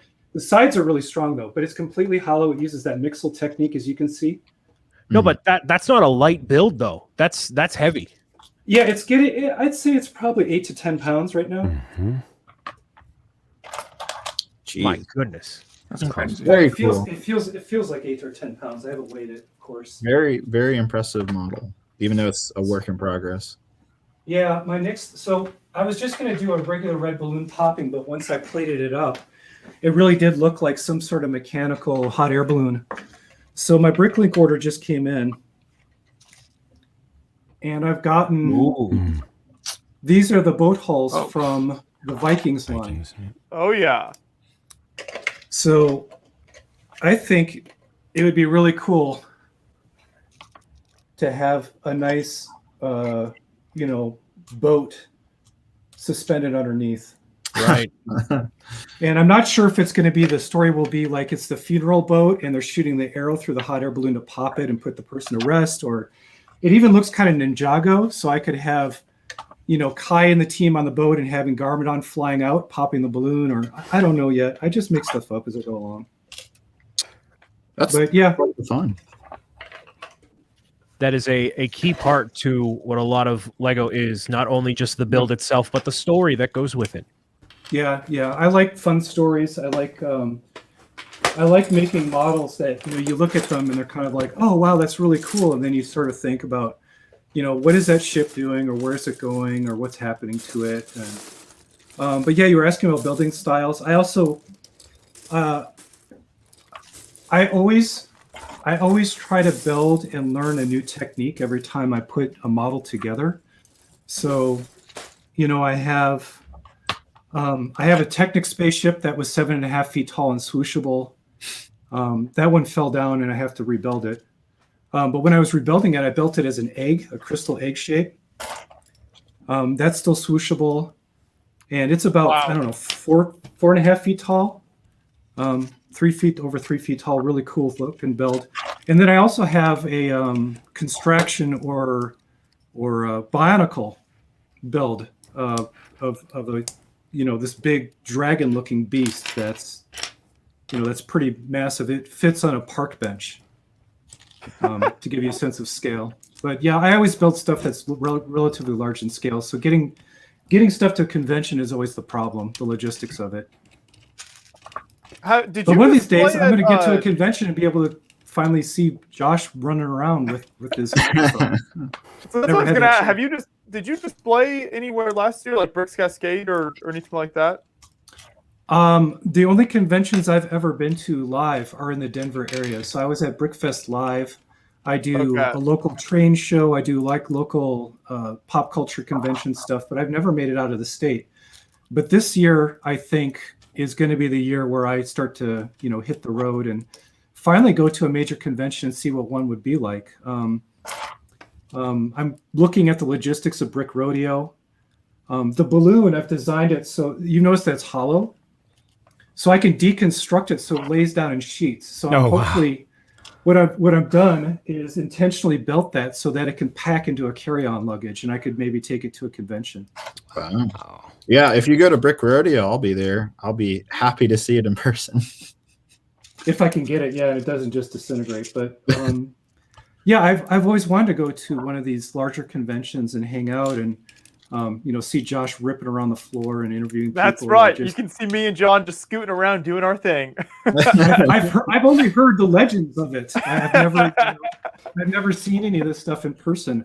I was going to go to Chicago, but then coronavirus happened and the COVID thing, and so everything went to YouTube, where I was more comfortable in hanging out. But yeah, it's been a wild year getting to meet all of you virtually, at least, and maybe I can get out to a convention sometime and see you guys in person. That would be pretty wild. Joshua, what's the first convention you guys are going back to? Is it any this Brick year? Rodeo will actually be it. End of July will be our first one back. Guess I'll see you guys there. I'm excited. Yeah, awesome. Are you bringing? Well, now I have to book a flight. I mean, that's right. That'll put you over the edge.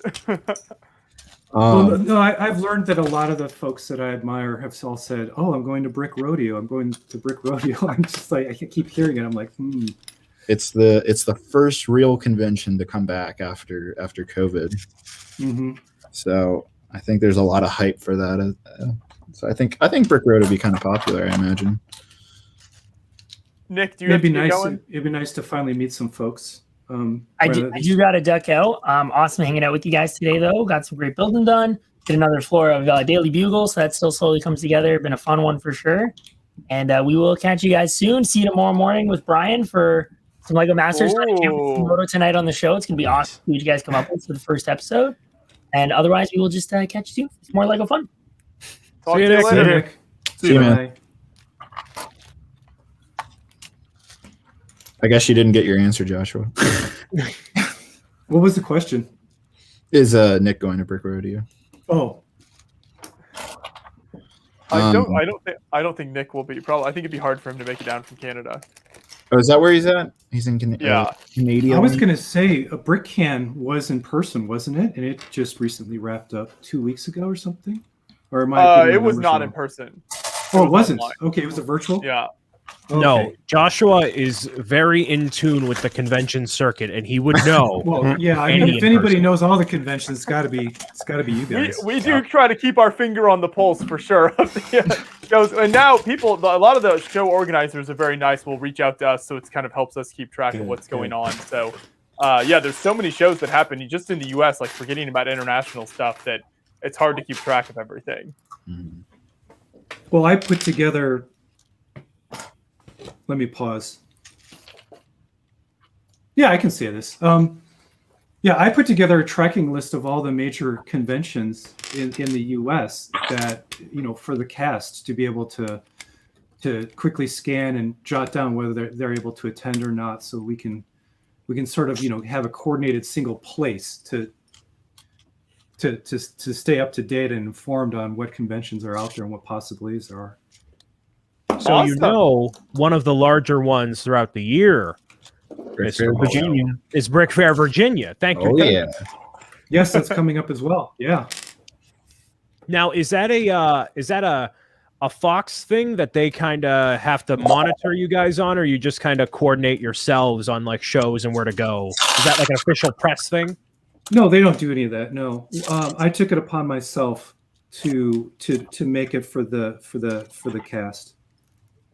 I just happen to have the right infrastructure to share this stuff, so I've shared it, and I know Josh and you guys were interested in meeting other members of the cast, but if you ever ping me or you're interested, I can always reach back through them and sounds good. Thank you. Contact them. Yeah. So Yeah, the idea, Moto, was for us, like, I kind of said to Joshua a couple of times, like, oh, do you want to do a specific show or something? And like, well, let's have people on the quarantine cast if they want to appear, and then, they can talk about what happened the week before. And then by that point, everybody will have watched the show because it airs later that night for the next episode. So that would probably be a good, just thing in general. And if, Yeah, it was a random thing. I mean, you managed to message me today, but going forward, if you want this to be a thing, I can definitely contact the entire cast and see who's interested, and you guys could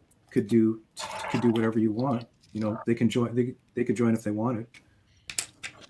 For sure. And then we can have Nick and Brian comparing their builds each week. See how that goes. Get judged by the Lego Masters contestants. Oh no, we're not the judges. We just build like you guys. We're not here to comment really on anything. Jang is the real judge. The stuff looks good. I would love for Jang to be like a guest judge on. Yes, Jang, can you tell us if they secretly had you as a guest judge this season? I mean, if they did, I wouldn't be able to tell you, so I can't tell you. Oh. I can tell you if he started to open his mouth. If he started to open his mouth, his internet would have gone out. Exactly. But to answer your question a little while ago, Josh, you're asking if I was bringing anything to Brick. Oh yes, yeah. I'm not actually. Instead, I'm helping a friend out who is building what I consider to be the largest Lego Star Wars diorama in history. It's a world record. You're just gonna give that title up, right? Yeah, I was gonna say. So it's my friend Jay. I think you've interviewed him. Oh yeah. Rich Boy Jay. He is building a 94 gray base plate Star Coast base. Oh, geez. 94. I do not. And will we have that at Brick Rodeo? Yeah, and he's bringing it to Brick that's Rodeo, awesome. so I'm gonna help him set up with that, and it's gonna be unbelievable. Is he renting a U-Haul? How do you transport that and not have like panic attacks every 5 miles? I don't know. He's brought mocks before to conventions, so he knows the spiel. But that's different. 94. I think we're gonna be. Well, he's in the Houston area, so it works out well for him. Oh, like a 25-minute drive to the convention, so we can go back and forth and make trips. That's the good part. But I'm sure something's gonna break, and he's gonna cry, and we're gonna get together at midnight, day before. Just as long as we're there to film it all.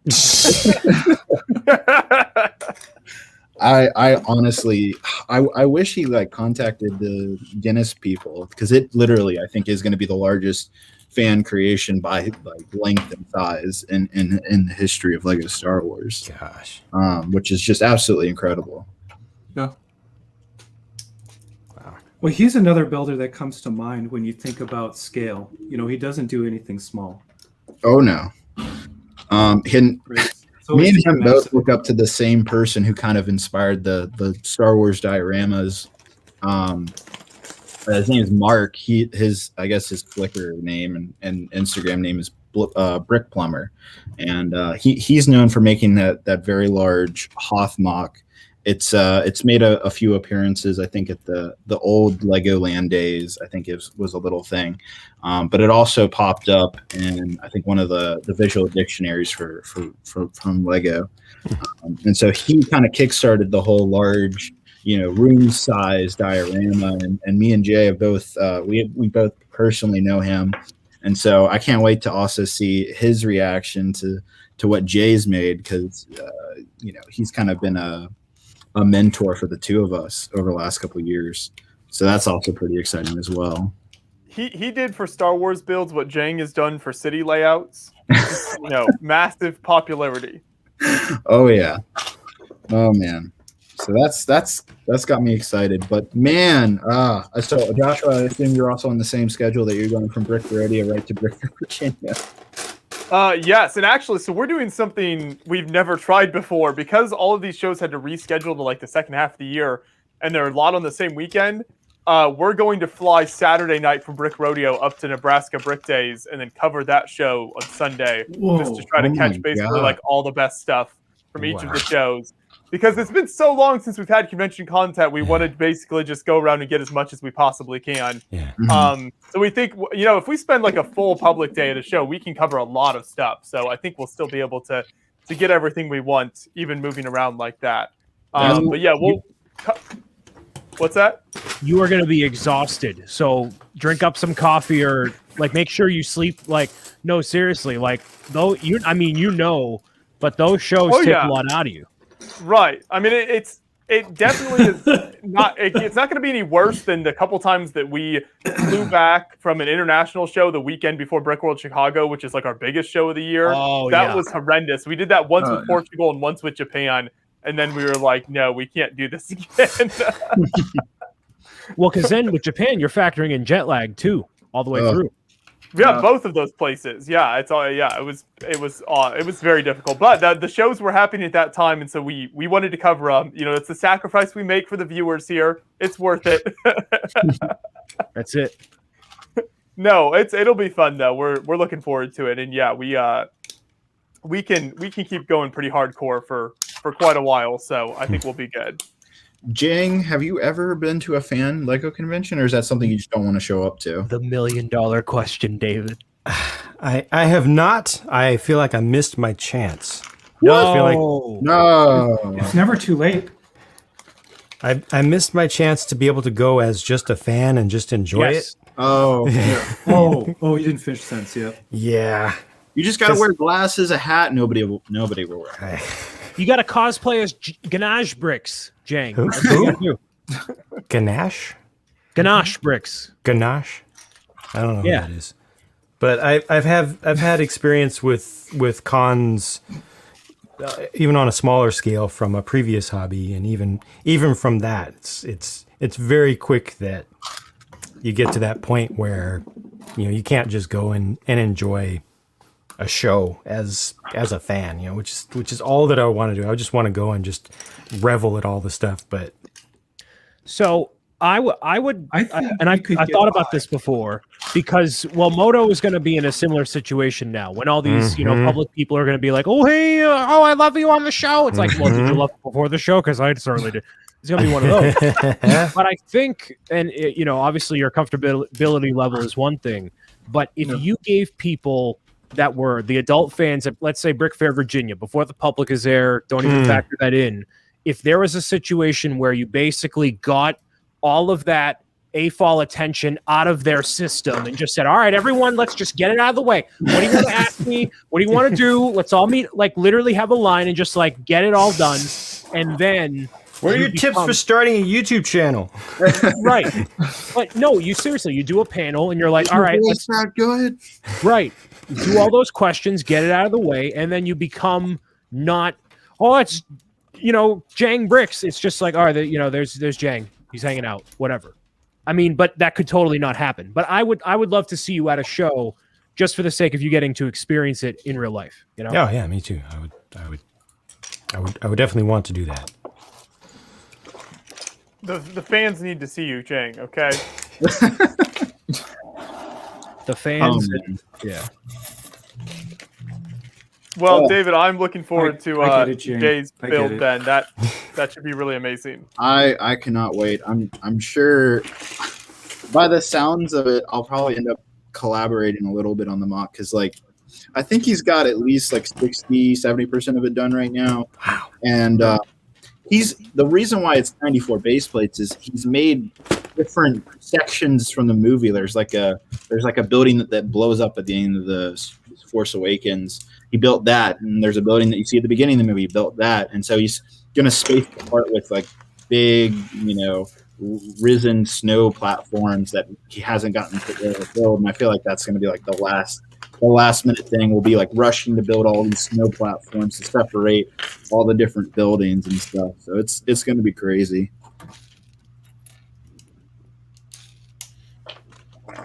He's absolutely talented. I honestly, I hope one day he becomes a Lego designer or something. He's one of the most talented, at least Star Wars builders that I've ever seen.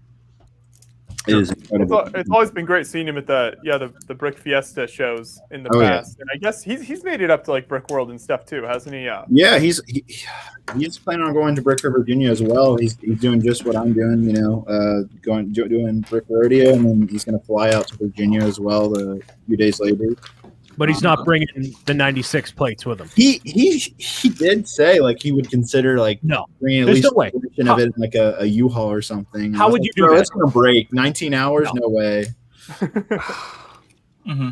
See, that's my problem with logistics. I live in Denver, so the trick, is that I have to pick maybe one show where I'm going to bring all of my mocks with me for a layout. Yep. I personally would love to go to Brick Cascade and take all my stuff, but I'm looking at, an over 12-hour drive, multi-day drive across the United States to get from Denver to Portland. And making my little shipping containers for my mocks is truly part of the build. You do the build and then you build the infrastructure around the build. Yeah. I wished, Jang, I wish I was more like you and had a city or had this modular concept, because, model making is tough when you don't have nice orthographic stuff with a steady base to pack and get into something somewhere.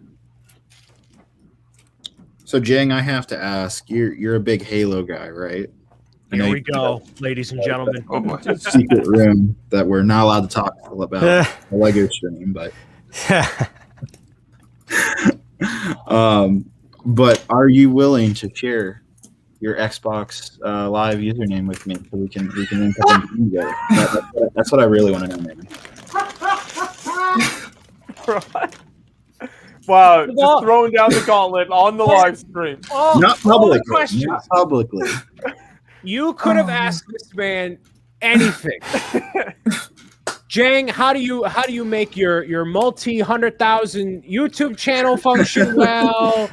What do you like for your building systems? Can I get your Xbox username? What? I mean, it's fair. It's fair. And now you know why Jing doesn't want to go to conventions. I mean, seriously, I know that's a callback, but it's almost like you only had to wait 10 minutes. No, but this is different. David's actually established. He's big stuff in his own right. Not little Declan, the 10-year-old. Like, Mr. Dang, can we please play Halo? Oh, like that. Dang. Oh, no. I can just see the unsubscribes to your Twitch channel right now, Brian. Oh, they'll be back. They'll be back. Those are the people that give you your livelihood, Brian. Why would you say that? I say it to my chat all the time, and they're like, "No, you got a point. No, we we are like that. We do sound exactly like that." Oh boy. Oh, the horror. So David, I have a gating question for you first. Okay. To see what's your PlayStation username. What your mindset is. What are your feelings about Halo 5? Ooh, yeah. I'm gonna be honest, man. It's not my favorite. I'm definitely an MCC person right now. I feel like a lot of the Halo community is. But I mean, I was definitely one of the long haulers. I did stay on the game for quite a while. I think I got it to I think the level cap was like 120 something, 129 or something like that. And so I got to I think 99 or something. I was like, okay, forward. But I don't know. What about you? Yeah, so I asked that because obviously there are a lot of us that are like, oh, it's Halo 5, it's not Bungie, therefore it sucks. Oh no. I definitely don't view 343 as the hateful company. A lot of Bungie, especially fans, really like to call them out for. Yeah. I mean, obviously, I don't get that much time to game these days, but when I do, I tend to either go into Destiny 2 or Warzone Firefight. Gotcha. We can play some Halo 5. I'd be down. It's been a minute. I don't remember even how to do the ground pound. But yeah. Are you excited for Halo Infinite? Is my next one. Yeah, so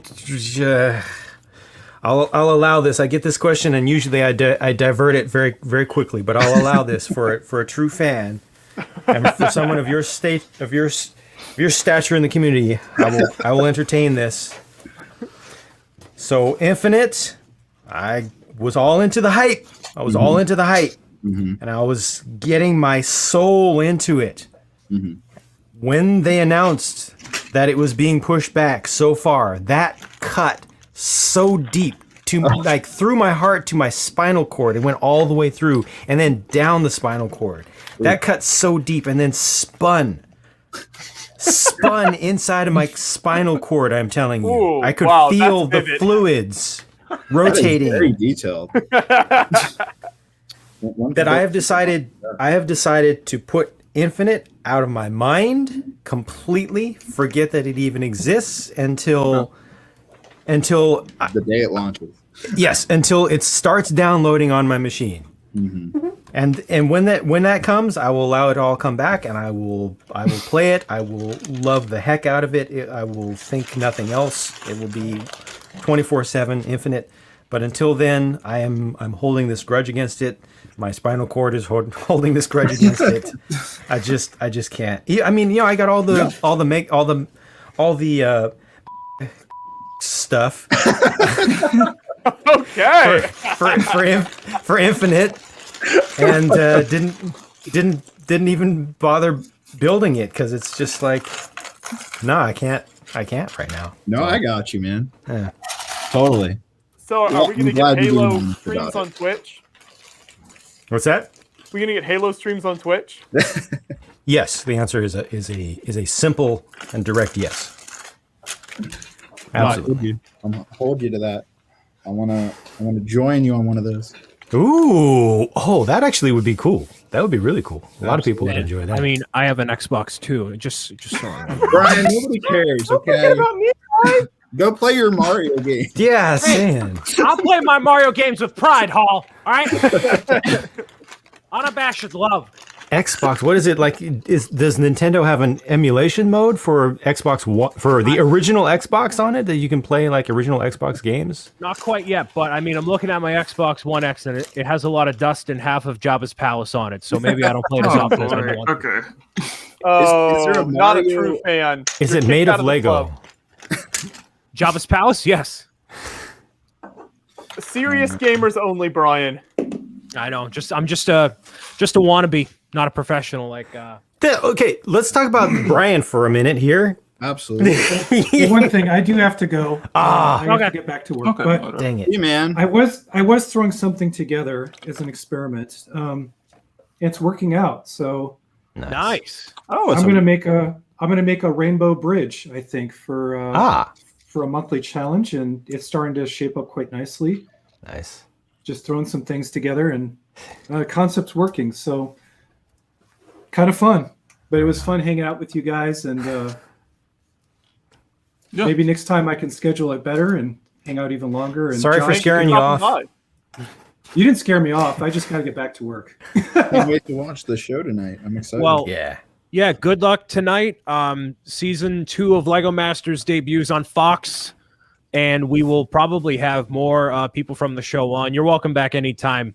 Joshua, can you make sure to add Moto to the email list, like unlike other people? You know, I really struggle with adding people to the list.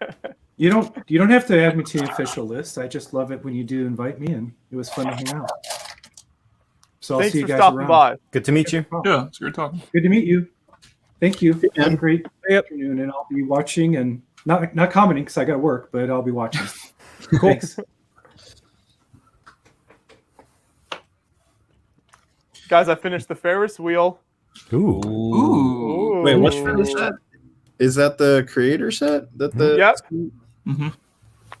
Got you. That looks awesome. Yeah. Yeah. Is it fun in the sun like the? Oh, you know it. Now I just have to add. Now I just have to add minifigures of me and John juggling below it. Then it'll be complete. So does it have a switch to engage and disengage the gear mechanism?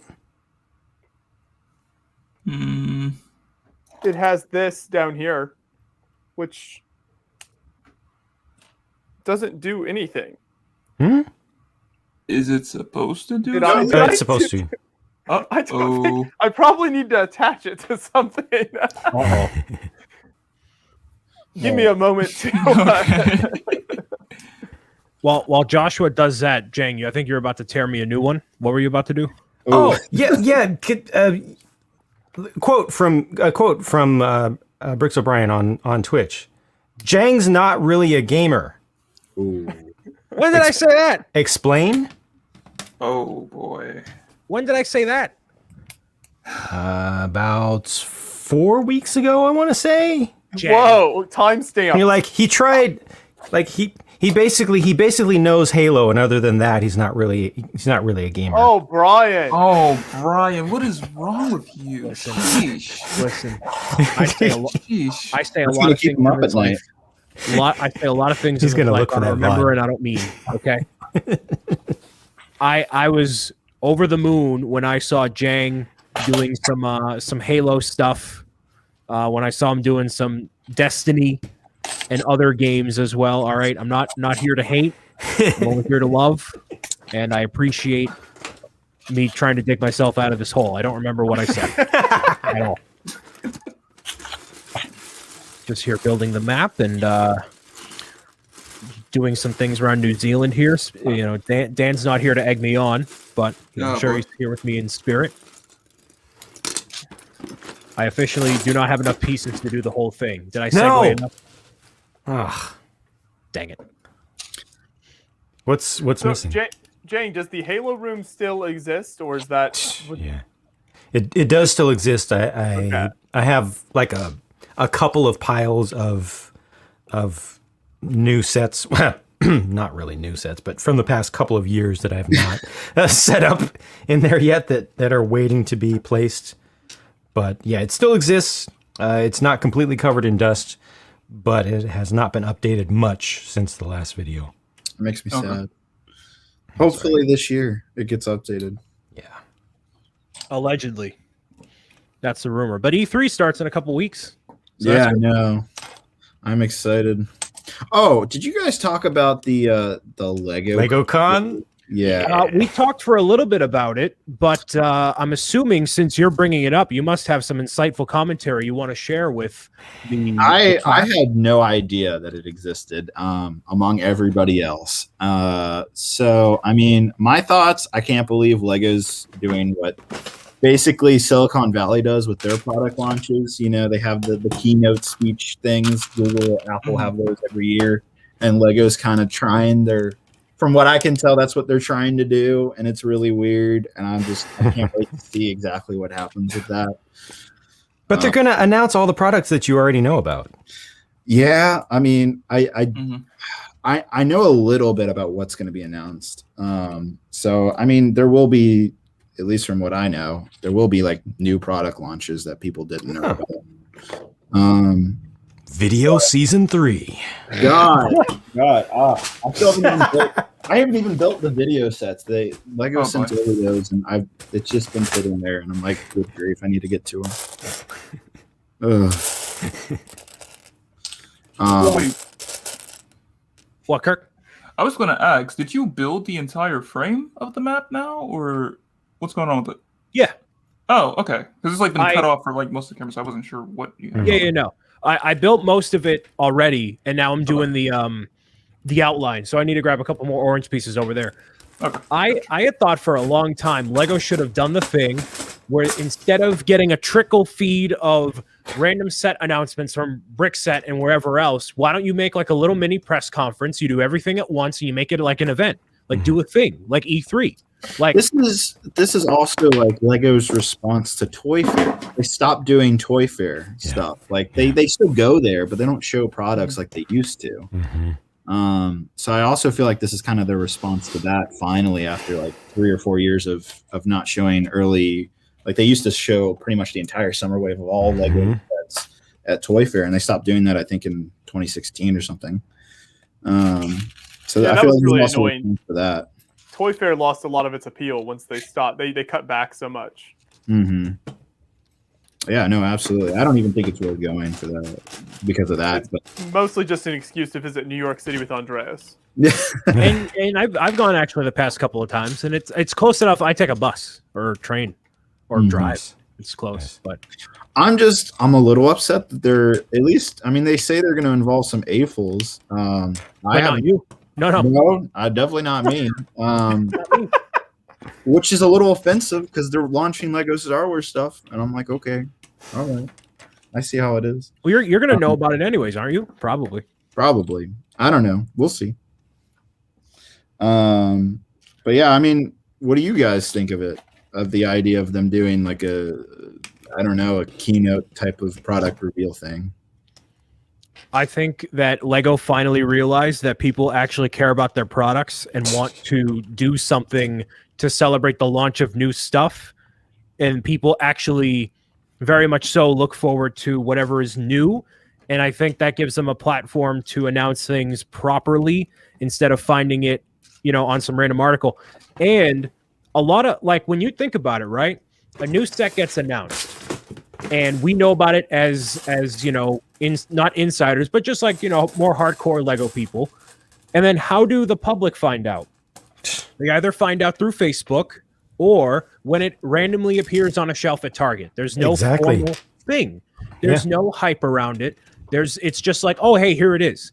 And when you have IP like Mario, Star Wars, and whatever else, like that is stuff people care about all year round. Like make a big deal out of it. Celebrate the fact that you're having all this new stuff coming out. Make it into a press conference. Give some insight from the people that designed this stuff, because people like kids will care. It'll be a whole big thing. And even if the target 9 to 12 audience is like, oh, I don't like whatever, it's just a lot of insight for Lego people in general to watch and enjoy. So I'm all in. I love the idea of it, and I'll be watching. So this kind of just occurred to me. It's called Lego Con, and they're doing it virtually, which okay, but like in the future, is this going to be like an actual like press con? Like, could you imagine all of us being invited? Like again, just like how Apple and Google, they invite media to these type of things. Like, could you imagine them doing this as like a live show in person at like a theater or something? No, they're going to keep complete control over it. Yeah. It's going to be their own little private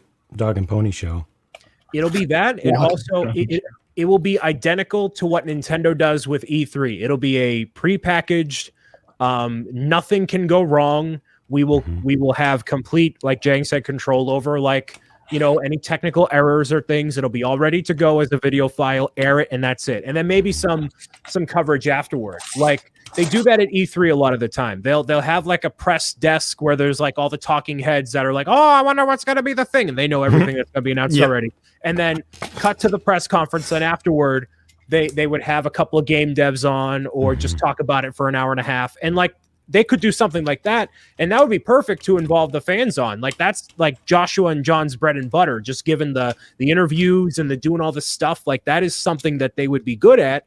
So why not like go in that direction and have it under the official Lego umbrella instead of like, if I do a live reaction to it on Twitch, which I probably will, because why not? Because Super Mario is in that title card thing, bet your bottom dollar, right? Like, why not make it official and have it all under the same umbrella and make a big thing out of it, Mm-hmm. That makes sense. It's just, I'm definitely interested to see how this is going to go. What the detriment to the whole thing is that you can only watch it on the Lego website. Oh, it's not going to be on their YouTube channel? Nope. What? So what's going to happen is tens of thousands of people are going to go onto the Lego website. Their website will not be able to handle it because, spoiler alert, they also can't handle when people want cheaply made gold coins to go with their VIP purchase or whatever. What makes them think that handling that video along with the infrastructure to go with it to make it actually functional? Spoiler alert, it's not going to work. So just simulcast it on Twitch and YouTube. Like, that is so stupid of them. Oh my God. That is a horrible mistake. They probably don't want to deal with chat, but you can turn it off or emote only. Yeah, I mean, like, exactly. That doesn't make any sense. Why they wouldn't broadcast it on their, 5 million subscriber YouTube? Like, come on. Yep. Makes no sense. Alrighty. Well, that's interesting. Yeah. But, I mean, and then they're also, I think, Eastern time, it's going to be broadcast at 6 in the morning. No, I think it's noon. Yeah, it's like noon to 2. Oh, I saw it said 9 a.m. to 11 PST, Pacific Standard Time, and so that would translate. They're behind us. Oh, that's right. Okay, so you're right. My bad. I got the times mixed up. You want to toss me on full screen, Josh? I'll show you my progress on the map. Ooh. That's good because I just figured out this issue as well. Jeez. Ooh. Oh. Oh wow. That's actually very nice. Cool. Yeah. It looks kind of like Photoshop when you hit the glow button. Ooh, Yeah, the outer glow. I like that. Yeah, that's cool. So I don't have enough parts to do Antarctica. So what I'm going to do is redesign Antarctica to not have all the colors on it. I'm going to have the bulk of whatever colors are left, which is blue, green, and a couple others, and make it work that way. But yeah, the rest of the continents have all the colors on them. I think they look really good.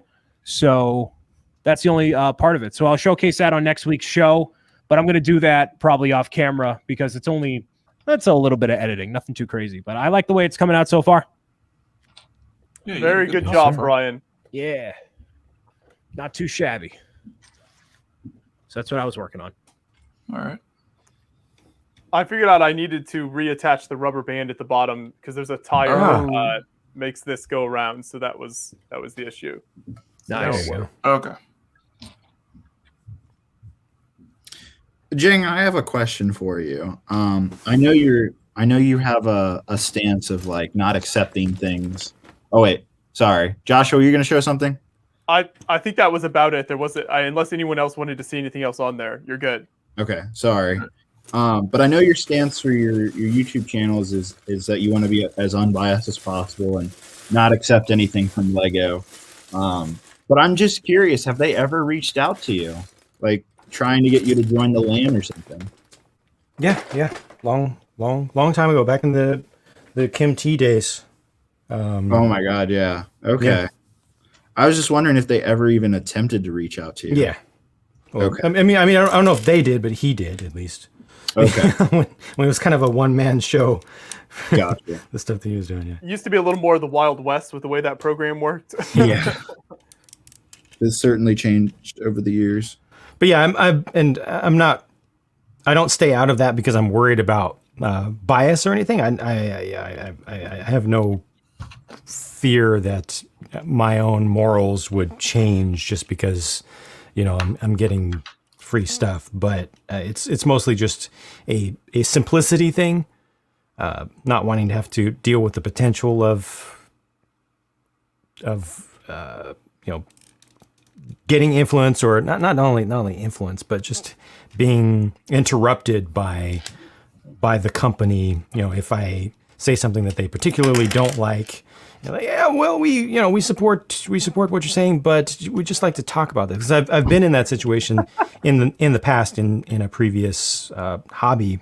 Gotcha. Where I was getting stuff from a company, and we had it in writing that we were not going to have these sort of conversations, because I'm not going to give you all positive press. I'm going to continue to be honest. Like, we literally had it in writing that they're not going to have any influence over what I do editorially. And then next thing you know, I'm on a conference call with a VP and a director of marketing and a racing team supervisor or manager. Like, so we saw your latest reviews of the stuff you did. What the heck? Oh. What are you doing? Why do you hate us? Are you working for another company now? Like, for one of our competitors? Da da da da da. I'm like, right. You know what? Bye. So yeah, I just don't want to. I don't want to have any potential of any of that kind of drama. Yeah.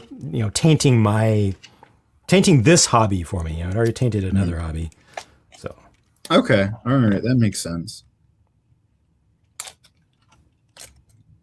Got you. Sorry if I don't know, that was the wrong question to ask. Nah, it's all good. All right. What have you done with the cars there, Jang? I've just been playing around with the smaller one that had these comically tiny tires like this. Let's see if I push a button. Does this work? Maybe, yeah. Oh, nice. So it originally had these tiny little tires on it.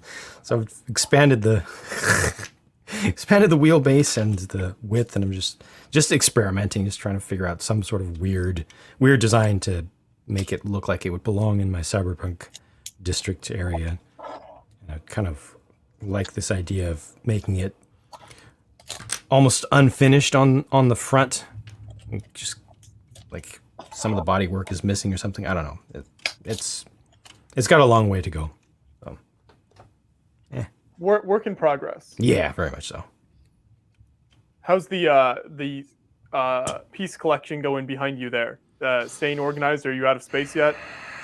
I've expanded it twice, I think, since you guys were here. It goes farther down the long way, and Gotcha. also a little bit farther out the not long way. And I think it's one shelf taller now than it was when you guys were here. And I've done many times of just resorting and making it more efficient. Yeah, I'm just about out of space again, and some of my drawers are getting to the point where they're getting difficult to close again, which is not a good situation. So I need to do a lot of mock work this year. Fortunately, I have that goal that I have set, and I'm going to hold myself to it. I'm not going to allow myself to come up with any excuse to not hold myself to it, of doing 50% work by the end of this year. 50% of the work that I do in the Lego space in total will be dedicated to mocks and working on that city. 50%, which is a massive, massive, massive change after, most of my focus being on reviews since 2013. But that's going to happen one way or another. It's guaranteed. So I'll be looking for many, and finding many opportunities to use some of these pieces finally. You heard it here, folks. You got to hold Jang's feet to the fire. Yes. What's that?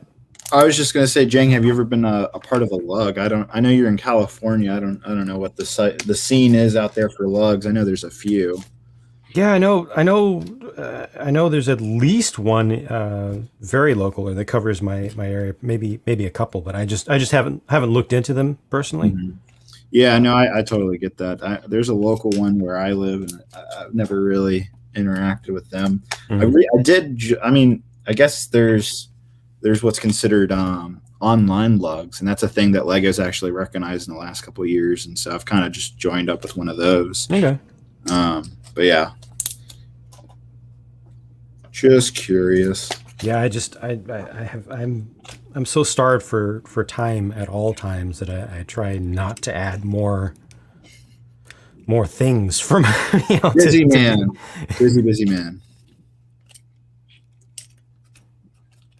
Makes total sense. Where did Brian go?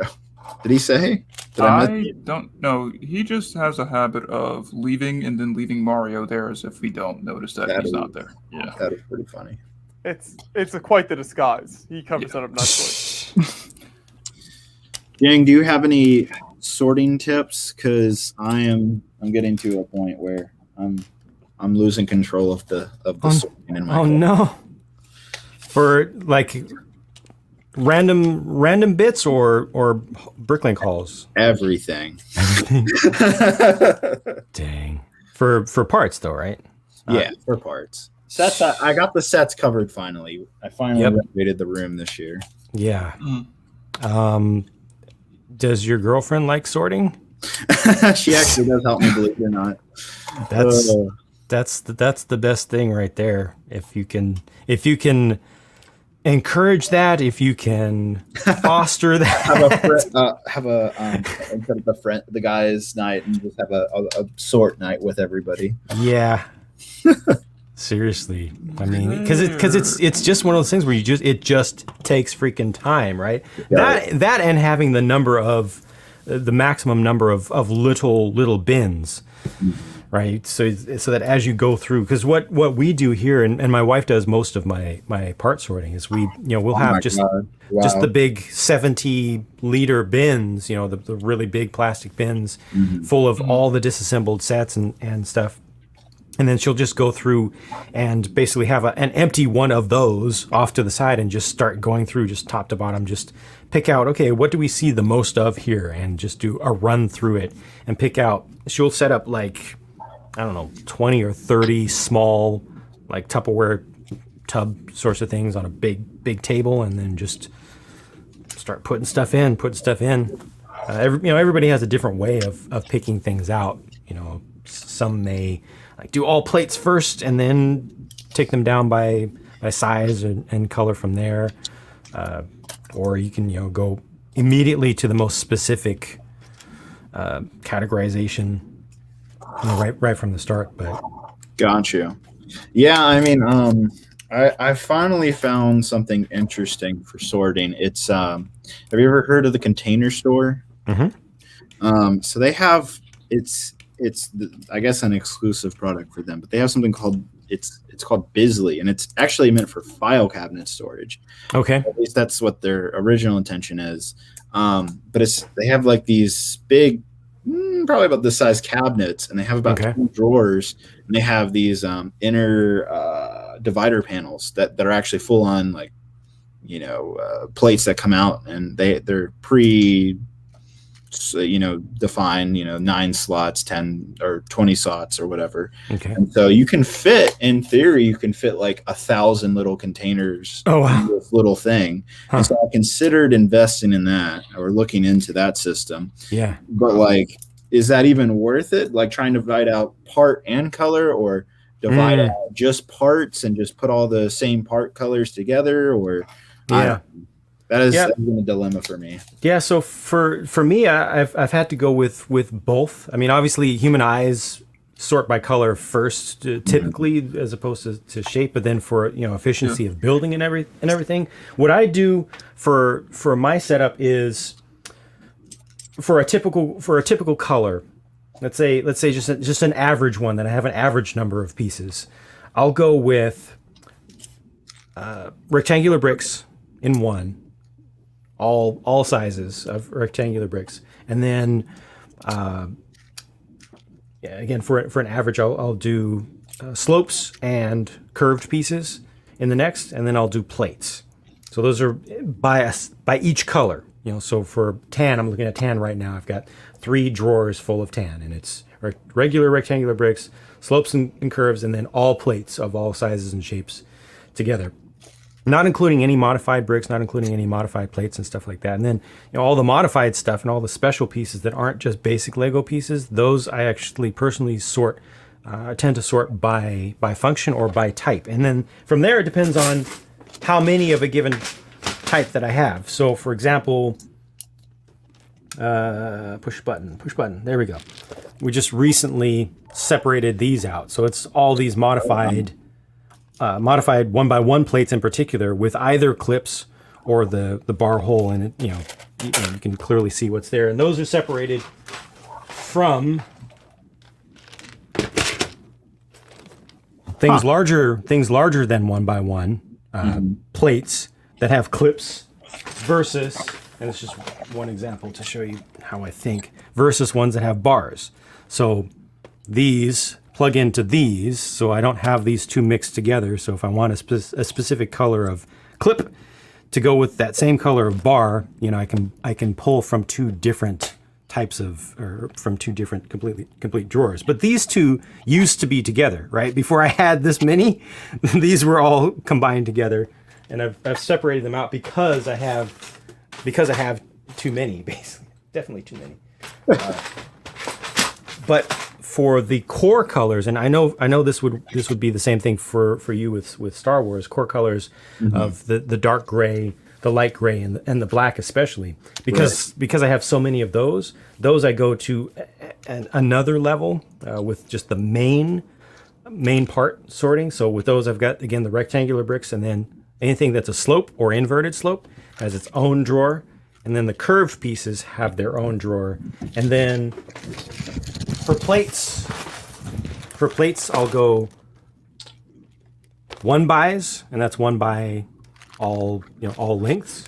And then 2x's includes the circular 2x2s, which are down there, right? You're not worried, especially in the 1x's, you're not worried about the 1x1s and the 1x2s getting lost at the bottom? Good question. Fortunately, this is not too deep, so this is only just 2.5 inches deep, and it's pretty easy because it's not too deep. It's pretty easy to just do this. Gotcha. And then and I just knocked a couple off, but that's okay. But yeah, you get there pretty quickly, and there are usually plenty of them. Gotcha. And then again, this is something that you'll surely relate to: the wedge plates. Oh yeah. And in this case, I also do the round ones. But I mean, this for a Star Wars fan especially, can become a major thing. So with these, depending upon your collection, you might even want to if I was in your shoes, I would probably split this up into multiples. So I would put all the 2x4s and smaller in a separate space, because we have, you know, the different angles of them with the 2x4s and the 2x3s, and now 2x2s as well.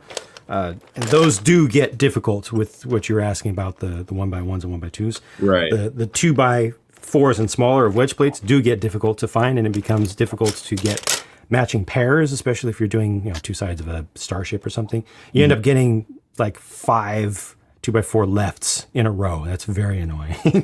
You know, just grabbing for them. And then the big plates, always pull big plates out. I strongly recommend this for everybody. Whether you're doing it by color or not, get big plates out of your collection, because they catch things underneath. You know, pieces will get stuck into them. They hide things all the time. Pieces get sandwiched between them. Get them out of your collection, get them separate, whether it's going to be something that looks like this where it's one color, or if you have the miscellany. If you have the miscellany, still, it's all about the size with those. Wow. They are major pains. I very strongly recommend getting those separated. Otherwise, you'll be giving yourself more pain than you deserve. But yeah, so beyond the main colors and the main types of bricks, everything is sorted for me by type, by function. I honestly feel like we just went beyond the brick with Jane. Hey, that's fine. Look at these pro tips Jane is sharing here today. Oh man, thank you so much, Jane. I appreciate it, man. You didn't have to do that. I really do appreciate it. That's all good. Some helpful insights for sure. I appreciate the question too, because I found it surprising that you were looking for that level, that you're having that issue at that level of detail. Yeah. But even a David Hall can have sorting issues. So I think that's actually inspired me to go back and do a parts tour more from a fan to fan kind of, you know, or Lego fan to Lego fan kind of perspective, as opposed to, hey kids, you like my Lego stuff? Look, here's some Lego parts. But rather than, you know, instead taking it from the perspective of, yeah, we all share this struggle. Here's how I've, you know, attacked it so far. Yeah. One way of doing it, you know. Mm-hmm. Absolutely. I need to sort my life the way you sort Lego. That's what I've concluded. I have developed a plan for the world map. So what I'm going to do is take away all the bricks from Antarctica on the very bottom, because all the color. Well, no, not the white bricks, but just the color bricks. I'm going to take all those out, and I'm going to finalize the very bottom of the lower part of South America down there. I'm going to make those parts. Southern North America. Going to make all those parts the way they should be. And then the leftover piece colors that I do have, once I safely put that there, I have a lot of this azure, this medium azure. Yes. And I also have a lot of whatever this turquoise, this color here. Teal. So I have a lot of that. So I'm thinking for Antarctica, I'm going to do alternating layers of that for a little while. Not going to use all the parts, but I'm going to do alternating layers of that for Antarctica, which kind of makes sense. The cool blue, because it's like icy and all that. So absolutely, that's the idea. And then I will consider the map done, and I'll show that off next week. Nice. Very cool. Yeah. Way to get creative with it. That's what the designers wanted people to do. Yes, I need to be able to show Nick Voss, so it's a completed thing, and he won't be like, "Oh, what? You didn't finish my work?" What? So, yeah. Well, I started building while Jane was showing off his collection. This the creator fish tank set here as well. Wow, we're going super long today, Joshua. Jeez, we don't have to keep going, but I just, when Jane was showing off his collection, I was like, I might as well grab this and start, because he was doing such a good job providing wonderful content as always. Yes. Have we asked about the pool behind you or whatever that inflatable thing is? Oh, here we go. I was wondering about that. Here we go. So I'll never be Brooks O'Brien, but I'm a wannabe. Aren't we all? And thus, I have been trying streaming on Twitch lately. Yesterday would be my, I don't remember what it is, like 22nd day or something like that. Like, I just started on May 8th. May 8th was my first ever Twitch stream. And there's this thing over there. I don't know what it is, but it's called the hot tub meta. I've heard of this. I don't know anything about it whatsoever. Absolutely nothing at all whatsoever. Never seen it. I just heard about it, and I heard that it's an important thing to get views on Twitch. Like, it's the only way to get views on Twitch. So is to do this hot tub thing where you have an inflatable pool or something. So I got one. So I'm a hot tub streamer now, and I heard that you're also supposed to have like some sort of long form of food inflatable to go with that. So I got an inflatable banana to go with it.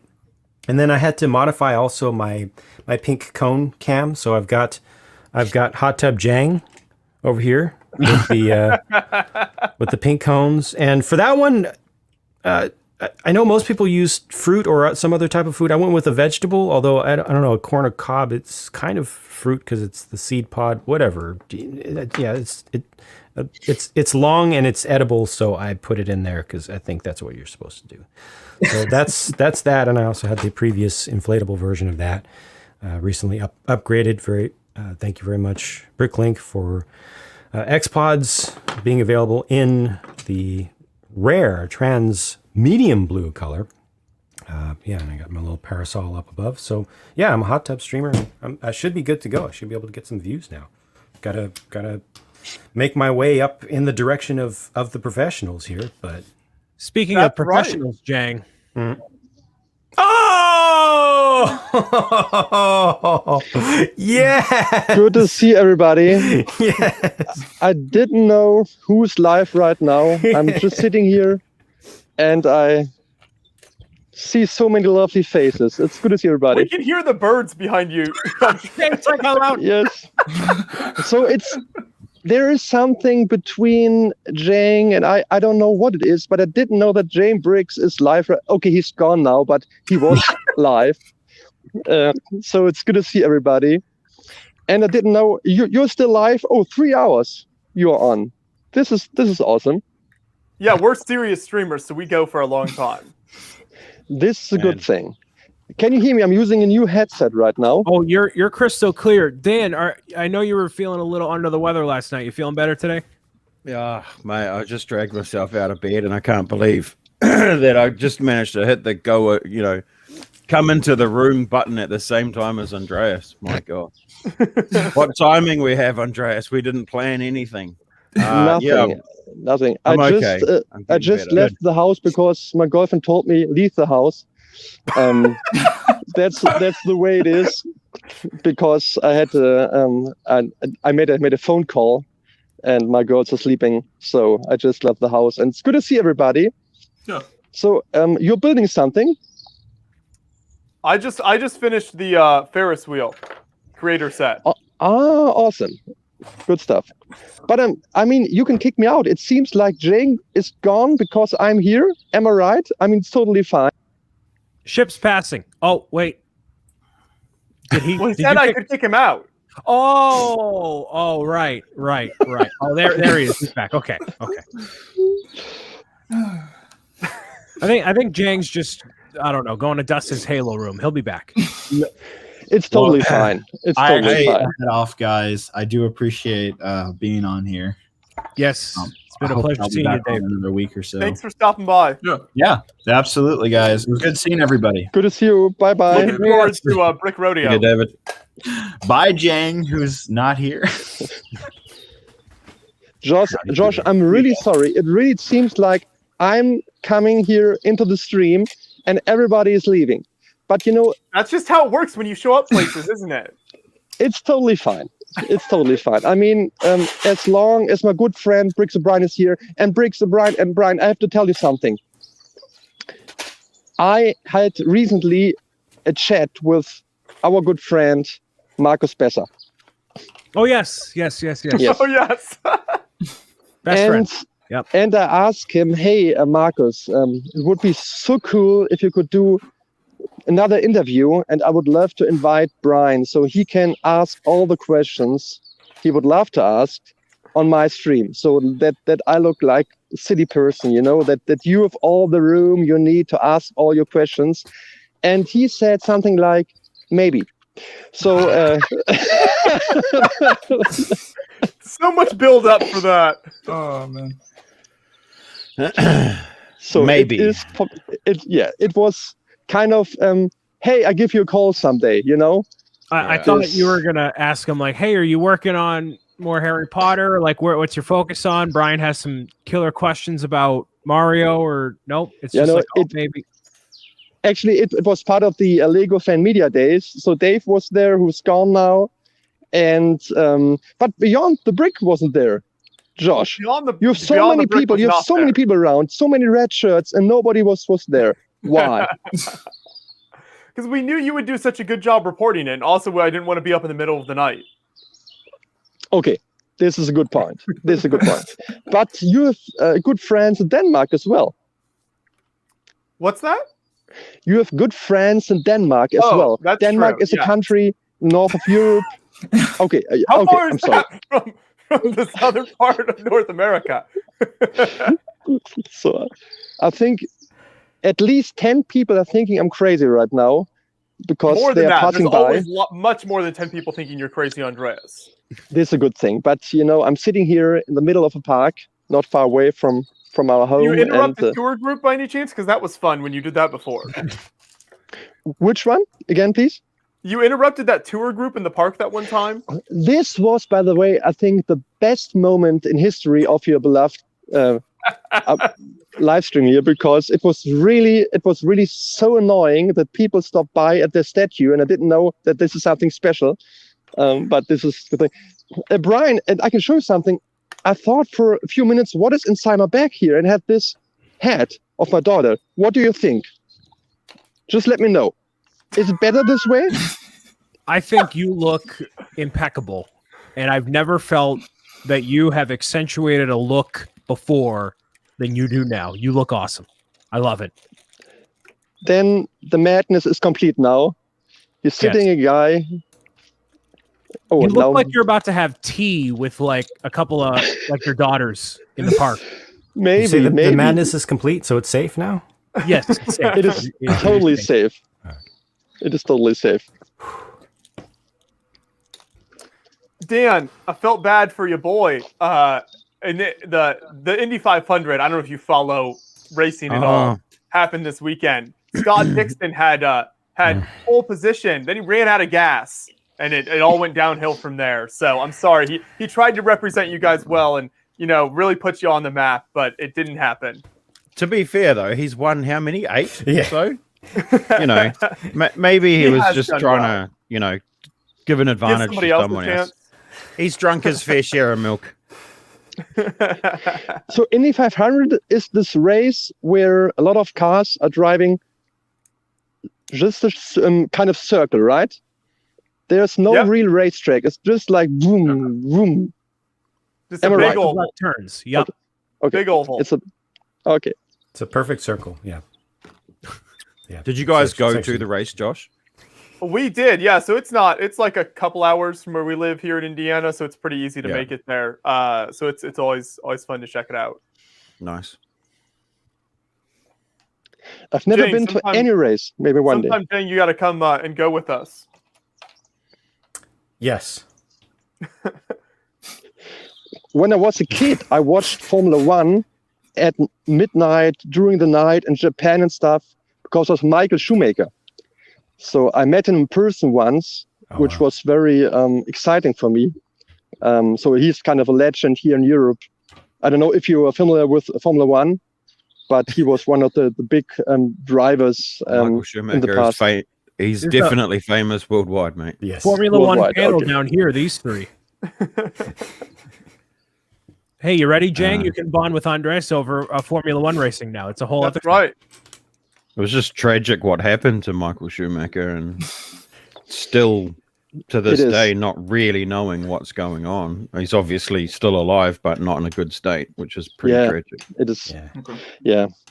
So this is really a shame. But he was. So I saw him once playing football, so soccer, for a charity event, and it was awesome to see him like with 42 at least, so nearly my age, and he was very cool guy, and he is hopefully still in some way, of course, but we don't know what is going on with him, of course, and this is something good that the family is. There is actually the son of Michael Schumacher is driving he's racing now in Formula One. Yeah. But the team isn't. I'm sorry to interrupt you all the time, so it's not good to hear you. So if you can hear me good, this is perfect, but I can't see your faces, so I'm just listening and showing off that cool hat. Yeah. Dan, what are you working on? Anything interesting? No. I need to start or continue working on the model that I'm taking to the show this weekend, since we're leaving tomorrow. Getting that done would be good. But right now I'm actually just taking photos of a little care package that arrived yesterday from Rick's Bricks. Nice. So I'll post that up on Instagram shortly. Probably the key feature in here won't mean too much to you guys, but it's a custom printed New Zealand firefighter. Ooh, very cool. Yeah. Get it to focus a little better. Where's the focal point? Come on. Where is the focal point? Oh my! Why does this camera always let me down? Yeah, it's still focused on your face. Right, and I'm behind it. Come on, dude. Put your palm up. Put your palm up in front of your face, between them.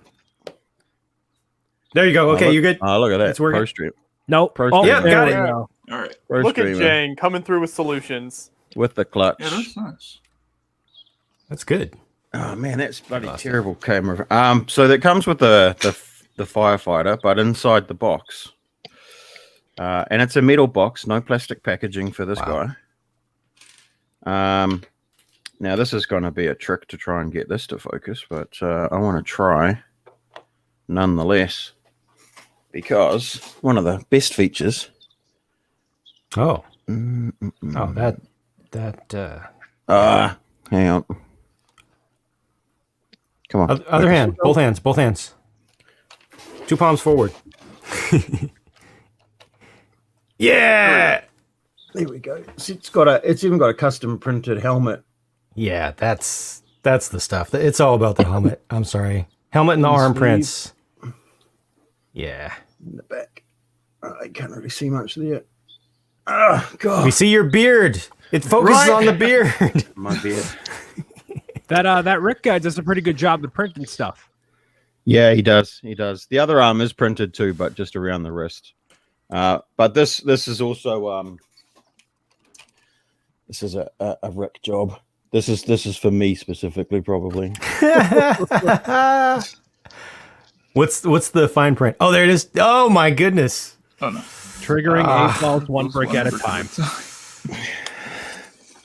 Isn't he a good guy?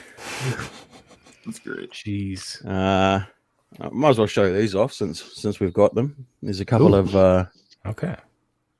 Banksy. It's like a Brixie art. Banksy inspired print. Yeah, Brixie. For which show, Dan? These are I'm going to BrickCon NZ, which is our 3-day convention in Palmerston North. All right. Tomorrow. And I'll show you the last little bit that he sent. Now, I don't know the configuration that these are meant to be on the actual model because I haven't built it yet, but he did do some custom prints for the Darth Vader helmet. And you can't quite see them if I can catch the light, but there is little zigzags in there. Oh, yeah. Yep, See there them it there. is. In the gray, in the black. Wow. Yeah, you can't quite get the focus point on that, but Yeah, but we see the little the raised zigzags. It looks good.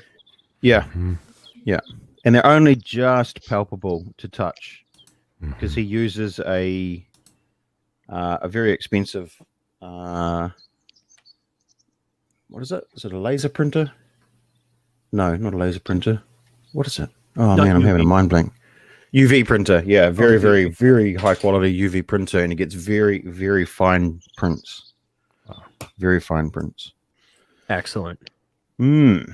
Andreas, those birds are so calming to me right now. I mean, we need to run this just the whole time.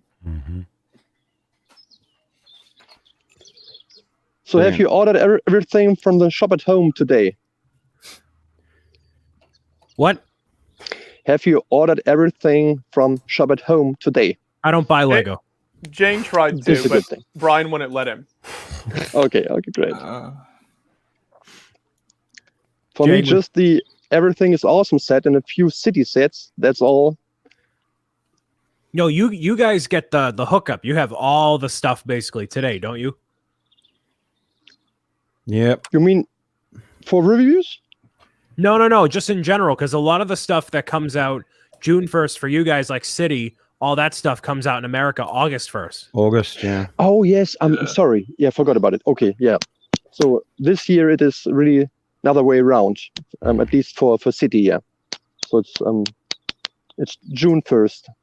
But the Harry Potter set is out there at shop at home, but everywhere else August 1st. Yeah. I mean, there's a couple things that launched June 1st for us, but I did not go out of my way to pick up anything. I actually have the Daily Bugle sealed up here, waiting to be built, hopefully on a live stream or something. Me too. Instead of building at home this great set, I'm sitting here chatting with friends and Jane Briggs. So this is a good thing.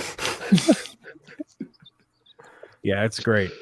I gotta find time to start that Bugle, but who knows what's coming down the pipeline for new stuff to keep me occupied. We'll see. I will build it tomorrow. So I have no plans for tomorrow, so I will build it tomorrow and we'll put it in my city, Fifth Avenue. And Josh, we really have to meet again. I think my English sounds really weird because I haven't spoken English in 2 years now, it seems. So it's a mess. I'm really sorry about that.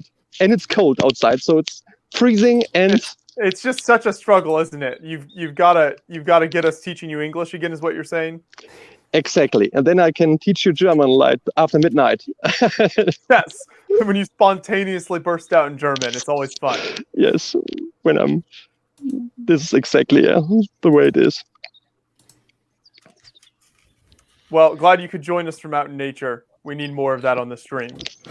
You're welcome. I think we've done this once, like 1 year ago, 2 years. I don't know. It's been a while. We need to try to get this set up outside for this nice weather during the summer. But there is one thing I can ask you right now. I mean, if it's live or not, who cares? Next Monday, this is an interesting day because there is a TV company coming to my office and filming the whole day. Okay. And they asked me, hey, beside all the filming of the city and interview stuff, which is interesting, I haven't done this in a while. I told them, hey, I have a few friends in Australia, in the United States of America, and hey, this would be cool if we could film this if you chat with your friends for a while. I said, why? You have friends. You know, it's all about Hollywood, you know. And this, Josh, if you have time next Monday for 10 minutes, we would like do kind of call, you know. But she told me if we do this, we should see that this is America. And I told you, what? I mean, what? Like they think I'm like a German faking being an American. It was. So she was already in my office once, and we had a nice conversation. And she told me she's actually doing. I'm allowed to say. I think I'm allowed to say this. She's doing a 90-minute special about Lego, all the Lego guys in Germany, which is a good thing. And so I'm just one small part of this. And she asked me, hey, what can we do in the 6 or 7 minutes we will see in the final script or the final show. So yeah, I mean, you can film my city. We can talk about Jamebricks the whole time. A good friend of mine, YouTube star. I know him since many years. You know, I just imagine the lady just sitting there awkwardly as you go on and on about some American Lego fan named Jane Bricks, and she's like, "Wow, why did I go to journalism school for this?" And the fun fact here is, she asked me twice. So how many people are working in the office? Just me. Oh, just you. So there's nobody around? No, it's still Corona here, and there's nobody. Oh, okay. It's just you in the office. Yeah. Ah, all right. So that's why she's looking for other stuff, like any calls and stuff, because otherwise it would be too boring. So, but it's totally fine. So it's a fun bit, and if it's not worth it, I'm totally fine with it. You told us though that Beyond the Brick has exclusive filming rights in your studio though. What happened to that? This is long story short. You're right. This is why I'm talking to you now, Josh, that you're part of it, you know? You're putting out the flames before the drama gets started? Exactly. So this is why I reached out to you right now to ask you, hey, would you be part of this big TV event? Like, I mean, if Lego Masters, is it live right now, by the way? Are you streaming against Lego Masters? No, it's later on. Yeah, we weren't worried about that viewership. We'll pull people away from Lego Masters. So, Jamebricks, how many people have asked you if, hey, why aren't you part of Lego Masters? 1,000 or 10,000 people? Between those, it's a little bit closer to 1,000, a little bit closer. Okay. Kirk, this would be perfect for you. I mean, what do you think of Lego Masters? Are you building on your own mocks? I mean, I did do a thing a while ago with Brian. We tried getting on. I'm looking the wrong way. I did it again. Gosh darn it!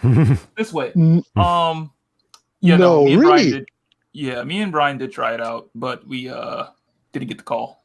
So we'll see what happens. No. I'm gonna try again. Yeah, I'm gonna try again though. I mean, this would be perfect. I mean, on the one side, the genius builder. On the other side, Brian. So I mean, this would be perfect. Just Brian. Oh man. So no, we will see. There's the the third season of Lego Masters in June. In in July in Germany. So next month. And they asked me also a few times, but this is nothing for me. You know, I need my time when I build something, and I'm not a good builder like Jang or many people out there. So I just built my own stuff, like towers. You know, strawberry stand, which is most famous, I would say, of all my mocks. Speaking of building, Joshua, how far are you with that fish tank? Oh yeah. Oh wow. Yeah, not too much longer, and it should be ready. I'm going to have to dip out, lads. I've got to take my son to school, but I just wanted to pop in and say hi, and I am still alive, and thanks for all the support from everybody from yesterday. Yeah, I assumed when you didn't show up that you had just died. Not quite. So you just joined in the same time like I did? Yeah, we literally came on at the same time. So it could have been either one of us that scared Jang off. It didn't necessarily have to be you. It could have been me. No, it's me. Dan, it's always me. It's always me. Look, I'm trying to make you feel better, but you know, if you want to take it, that's cool. Anyway, lads, I'll talk to you all again soon. Have a great time. Have a great end to the stream. See you. Yeah, this is a good thing to meet people from all over the world. It's just in this stream, you know. Otherwise, just in this stream. Live from the dark in a park in Germany. It's Andres as the sun sets on another day. Yes. So, Andres, have you had a chance to check out Jang's Twitch streams? No, and I haven't seen any Jang video in a few weeks. I'm really sorry about that. I just saw on Twitter that you've posted something like, I think, the price thing, which is always a big topic on Samgebaut. Like I will check out this video soon, because this is always good if you publish such videos. but I haven't seen it yet. So, but what was your question? Your question was, I'm really sorry, Josh. That answered the question. Okay. I'm okay. I just wanted Jang to know you aren't a real fan. I'm as I mentioned a few times. I think what we have in common, we both love dogs. we both are really into the Lego. No, I mean, I told you before, Jang, what you're doing is great. So I didn't use YouTube much all the time, but it's always lovely to see your city grow. And this is what I'm doing since many years, to follow you and your work, which is really awesome. So I told you really before. So I didn't watch many reviews and stuff. But what you're doing now, and of course all the years, is awesome. I know so many people in Germany are telling me, hey, I like Zusammengebaut. Oh my goodness, but Jamebricks, have you seen Jamebricks? I mean, that's actually exactly what I said to you word for word the first time we met. Of course. I mean, no, it's really, I mean, this is the high level, and I didn't even try to be such a serious reviewer and stuff. So because you're doing such a great job, which is always good to see. Yeah, so you can. Thank you. Yeah, you can call it like I'm a fan, of course, but from all the YouTubers out there, if I have to pick one, of course, it is Jason Ellerman, but then Jamebricks. I want to take a step back here and set the stage for whoever is watching still, that Andres is sitting in a park in Germany having a conversation with Jang on the west coast of the United States. Just think about how far technology has come, right? It's beautiful. Andres, he's looking at birds and nature, and like it's just so bizarre. Like it's so casual. It's great. Yeah. Very on brand for Andreas. No, normally I don't. Normally I don't give away any private things, but here's one thing I can share with you. I once had a call with my grandfather, who passed away many years from now, but I remember he told me that he just had a call with my father, who's in Spain right now, and he was so excited that he can actually reach out to his son, who's in Spain for a few days. Remember those days where it was like something special to have a call with somebody who's in another place, and now we are sitting here and we can chat. It's really awesome and something good. Remember this pandemic like 20 years from now or 30 years. I mean, now we have, we can see each other and have such conversation, and which is really a good thing. One day, Andres, you'll be back in New York. We'll I hang hope out. this was a good story, this shouldn't be kind of sad story, but it's a good thing, to see how this all comes together now, and we can chat. We're gonna go out to the bars in New York, and we're gonna do shots of vacation juice all through Chinatown. Me and Andres and the O'Hanlons, all the way through one day. It'll happen.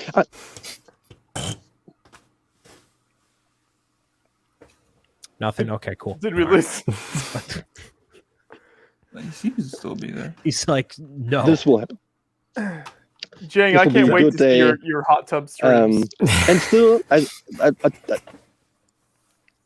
this will happen. But I told a friend yesterday on the phone that this is a big yes, Brian. This is a big yes to meet you again. Nintendo store or somewhere else, which is a really good thing. He said the word. Hopefully soon. The word. So we're strong. We're going on, and this will be fun. Andres, Andres, did you also get your copy of? I forgot the story. Good for you. Good for you. Andres, did you also get your copy of PC Castle Earth Lego like I have sitting here? So I think, Jang, I once you're a Microsoft Xbox guy. Am I right? A little bit, occasionally. Don't ask for. Oh no! That was priceless. Priceless.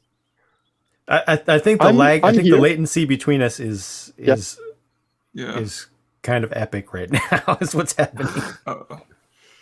No, Andres, no, I did not, which is a shame because it's a great looking set, but I haven't bought it today for any reason. So I really, Wait. so I will like 2 buy minutes it one behind. good day What question because I are have we too many on? sets around already. It's like a 1 minute delay between us. Is what's going on. Oh man. Oh no. Oh, Andres, let me know when you hear this. We'll save you. Andres, say 3. Say 3. Say 3. It's a long delay. He's being encroached by the darkness of Germany. Oh no. Uh-oh. Yeah. So I actually need to drop off. I need to see about going to a store to get some Lego sets, maybe. Ooh. Brian. Yes, go ahead. I give you try full that. permission. And then I need to do some dog streaming later on. I promise that to folks on Twitch, at least to attempt the BMO stream, the puppet stream. So, by the time Andres hears that, I'll be gone. So thank you for sending me the email this time. Yes. My apologies for forgetting to do it in the past, but I'm glad you can make it. Thank you. Good to see you, Kirk, Joshua, that guy, and that guy too. Bye, Jane. He caught up. Oh, there we go. Got it? What? Now what? What is happening? I'm still here. It's all madness. Have a great evening. See ya. All right. So Jane, I'm late while I'm talking. It's a big delay right now. Yeah. Okay. Yeah. Okay. It totally I'm is. very, very close to done with this. Excellent. I'll be Okay. I'm picking up my grandparents from the airport. They've been in Florida for ever. So I'm getting them tonight. Very excited. Oh, Great. cool. Yeah. That's always fun. Yeah, we had my grandma over for Memorial Day yesterday. Get a little get together, so that was Yeah, I really was gonna nice. ask, what did you guys do for Memorial Day? Grilled out, had some family and friends over. It was very fun. Played some pickleball, of course. Of course. Lucky. It was pouring rain and cloudy and gross all over here. Oh, It was pretty hot outside for me. Had like hot dogs, burgers, and then sat out in the living room watching 90s supermarket sweep on Netflix because what else you gonna watch? Nice. I was the one who picked it though. I was like, you know what, this will be fun to watch, and it was very entertaining to just see everyone just scramble around to get groceries. Brian. Yes. Brian, it would be great if could you be my partner at pickleball? Yeah, So that- absolutely. I mean, Yeah. Kirk, it's nothing against you, but it's No, like it's fine. It's fine. don't get me wrong here, but I have to play this sport one day, and it's always like a double, right? So yes, I mean, yeah. But you can play singles, but most of the time it's doubles. Yeah, true. so Brian, we have to do this. So we will play pickleball, and Kirk, you have to be our coach. Okay, I could do that. Yeah. Yeah, because you have to tell me what is good, what is bad. This, and I'm feeling really special now, but because I'm here with the 3 legends. This is the original stuff. That's right. And The I'm OGs. here also. This is very lovely. So thank you so much for having me.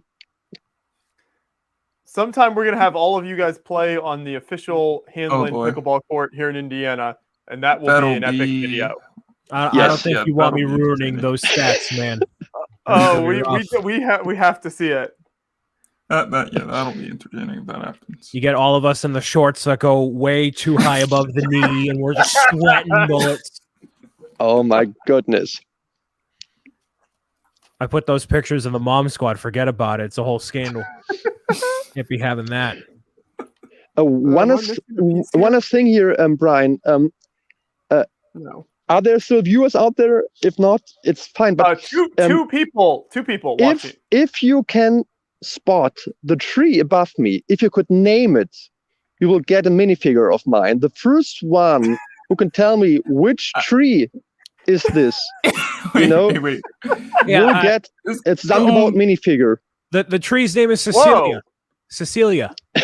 No, The something about minifigs are very highly sought after. Yes. So I have only, I don't know, 5 left or so. So if you can name the tree, so what's the name? You know, the not like, yeah. Anybody in the chat, if you want to sound off your names that you think the tree is behind Andres. El Brico says cactus. Nice. Solid. Oak tree, Andres. Yagi says no, it is not. Tree. Tiro So says birch. I have no idea. So I mean, we can type your answers, and I will. I don't know. You cannot reach out to everybody in the stream later on, right? Nope. You can This ask is a the mess local right now. tour guide. So I don't know what it is actually. You have no idea. Oh, I thought this was going to turn into Andreas's little nature documentary. yeah. Yes, you know me. I don't know anything about nature. I feel like knowing Andres is luck. He's going to be sitting in the park doing this stream, and then a badger is going to come out of nowhere and just try to antagonize. Just being engulfed. Yeah, he's being engulfed by the darkness of Germany. Yep. The only thing is the only thing is maybe Jane is thinking now that I'm just joining the chat because of Jane. It like kind of I'm a freak or something, but I didn't know that Jane is on. But every time I'm here, it seems like Jane is on. But the true answer is I've been on for 40 times or so. It's that special connection that you two share. Yes, it's a special maybe. connection. Maybe. So how long was Jane on tonight? Basically the whole stream. Yeah. Oh, great. So you had fun. This is a good thing. Yeah. No, we had a good turnout for the show today. It's pretty good. Perfect. You know what I didn't get a chance to share yet is the fun history of the invention of the Ferris wheel, since I was building that today. Have I told you that story, Andreas? No, you have not, but you love Ferris wheels? I don't particularly love Ferris wheels, but I do find the history very interesting. So back in the very late 19th century, Chicago was hosting the World's Fair. This was a very, very big deal because Chicago at the time was looked down upon, especially by people in New York City as the very much lesser than city. And people didn't see it, as really on the same level as New York City. They had just passed 1 million people in 1893 when they hosted the World's Fair. So they were really trying to grow. But they had this big fair coming to town. And they were like, you know what? We're going to have a lot of really crazy, cool stuff from all over the world, but we need something really spectacular to knock people's socks off. And Paris had hosted the World's Fair a few years earlier and had built the Eiffel Tower for it, which obviously is still there today. Spectacular architectural display. So they were like, what can we do to compete with the Eiffel Tower? So they hired this engineer from Pennsylvania named Ferris, and he invented the first Ferris wheel for the 1893 Chicago World's Fair. The cars were actually train cars that were part of the Ferris wheel. So they were like big train cars. Wow. That's what people sat in. And then they blew the whole thing up with dynamite after it was over. Oh. There's a big show in Germany where you can tell a story and you have to guess if it's a lie or not. You have to, Do you think I just made that all up? Yes, like this is a true story or not. And this is a true story because I know you, but this would be this would be perfect. Like I made this up, it's just, there's a guy, his name is Ferris and he lives here and it's great. I didn't know that. So thank you for sharing the story. And I've learned something in the stream, which is always a good thing. When you're with me, Andres, I'm always trying to educate you. I know. And this is a good thing. So what will happen next? So first of all, I'm not feeling my fingers anymore because it's so cold. Secondly, my battery is nearly gone. And my family maybe is missing me or not. I don't know. So how is it that cold? Does it not get? It seems like it'd be warmer there in yes. Hamburg. Does it stay pretty cold there? I made the story up. No, it's like it's really it was really hot yesterday and it was fine this day, but now it's getting cold, I have to say. So if you just sit here and do nothing, it's not the right weather to sit outside. Like it's midnight in 1 hour, so it's late. But I'm very close to done with this fish tank, though, so you got to stick around to see it. I will stay for 2 minutes. It's totally fine. 2 minutes is always. Oh, Brian, I mean, just remember what we can do in New York City. Just remember all the burger places, all the stuff we can do there. My heart is already palpitating from all the burger. Oh my goodness! I will write a song about this trip. I have I could write it right now because I know how this trip will be. This will be. Hold on, Andres. I don't think you know this or not, but on my Twitch channel, so you get points for watching, right? You get channel points, just they accumulate. And so I have as a redemption reward when somebody watches for a certain amount of time, they use up the points, and it actually appears on screen wherever the clip of you singing the song about me on stream. Someone can redeem it and make it happen. Oh my goodness, this is perfect. So I will write you another song if somebody's listening your madness for 100 hours or so. Then you can play this special song. I will do it. Yep, but we have to have you with the ukulele and like the full frame. We can't have it in the darkness here, but no. So I will bring my ukulele next time, sitting in my office. By the way, Josh, is there any reason? I was looking for the mails and there was no invite last week. So who was on last week that you didn't reach out to me last week?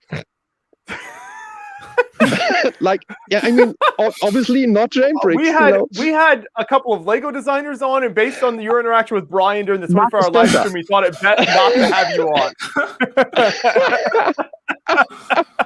We didn't want another episode between you two. Is this a true story, Brian? Okay, no. So what normally happens, and this kind of happened last time, all right? All these people, they get the invite for the quarantine cast and they never show up. They only show up when people like Jangbricks are going to be around or when the Lego designers are around. So I'm like, you know what? Oh, such people. I know. Let's keep it to the people. They're the people that show up a little more freaky. So, we're like, all right. Let's see, does Kirk have any questions or April? April B, Twitch superstar. She. Oh my goodness, I know her. She's awesome. Yep, exactly. Okay. And Dan. So we kept it small because otherwise you get 1,000 people in here, right? Okay, okay. So I'm not in the inner circle anymore. No, I don't like you, Andres. Did you not figure this out? You never were. This is why I love you. It's not like you. It's something like, oh, you had Lego designers on. And this is why oh my goodness, this is a big story tonight. Andres, what happens is you go on a 90-minute diatribe about the color tan with rock at 5 o'clock in the morning, and I'm going to throw my head through a desk. So, like... Hey, you finished it. By the way, if I'm gone in a second, I can't see anything. Andres, I'm talking here. Josh, I'm really sorry. I cannot see anything anymore. The image is gone. Andres, he's holding up the fish tank. Give him a minute here. Go ahead. This is a beautiful, beautiful build. I love the variety of fish and the coral pieces inside, and I think it'll look great on display. That's my review. I don't know how much it costs, but you should buy it. That's your report for Lego.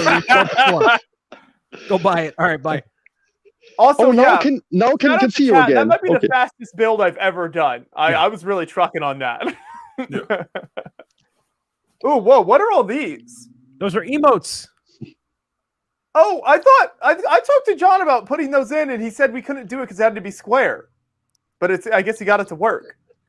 No, so you can upload just the faces. They have to. The PNG file has to be a square. I can figure it out. Okay, gotcha. I'll do it. There you go.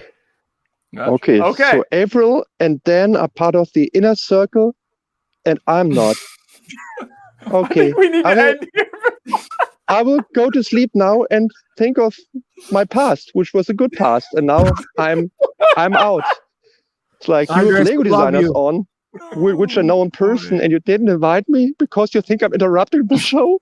We're gonna invite you next time, Joshua. End this show for the love of God. Have a great evening. Wow. I'm just kidding. Things are really I going met off the 20 rails. Lego designers last week on Familia Days. I'm totally fine, Brian.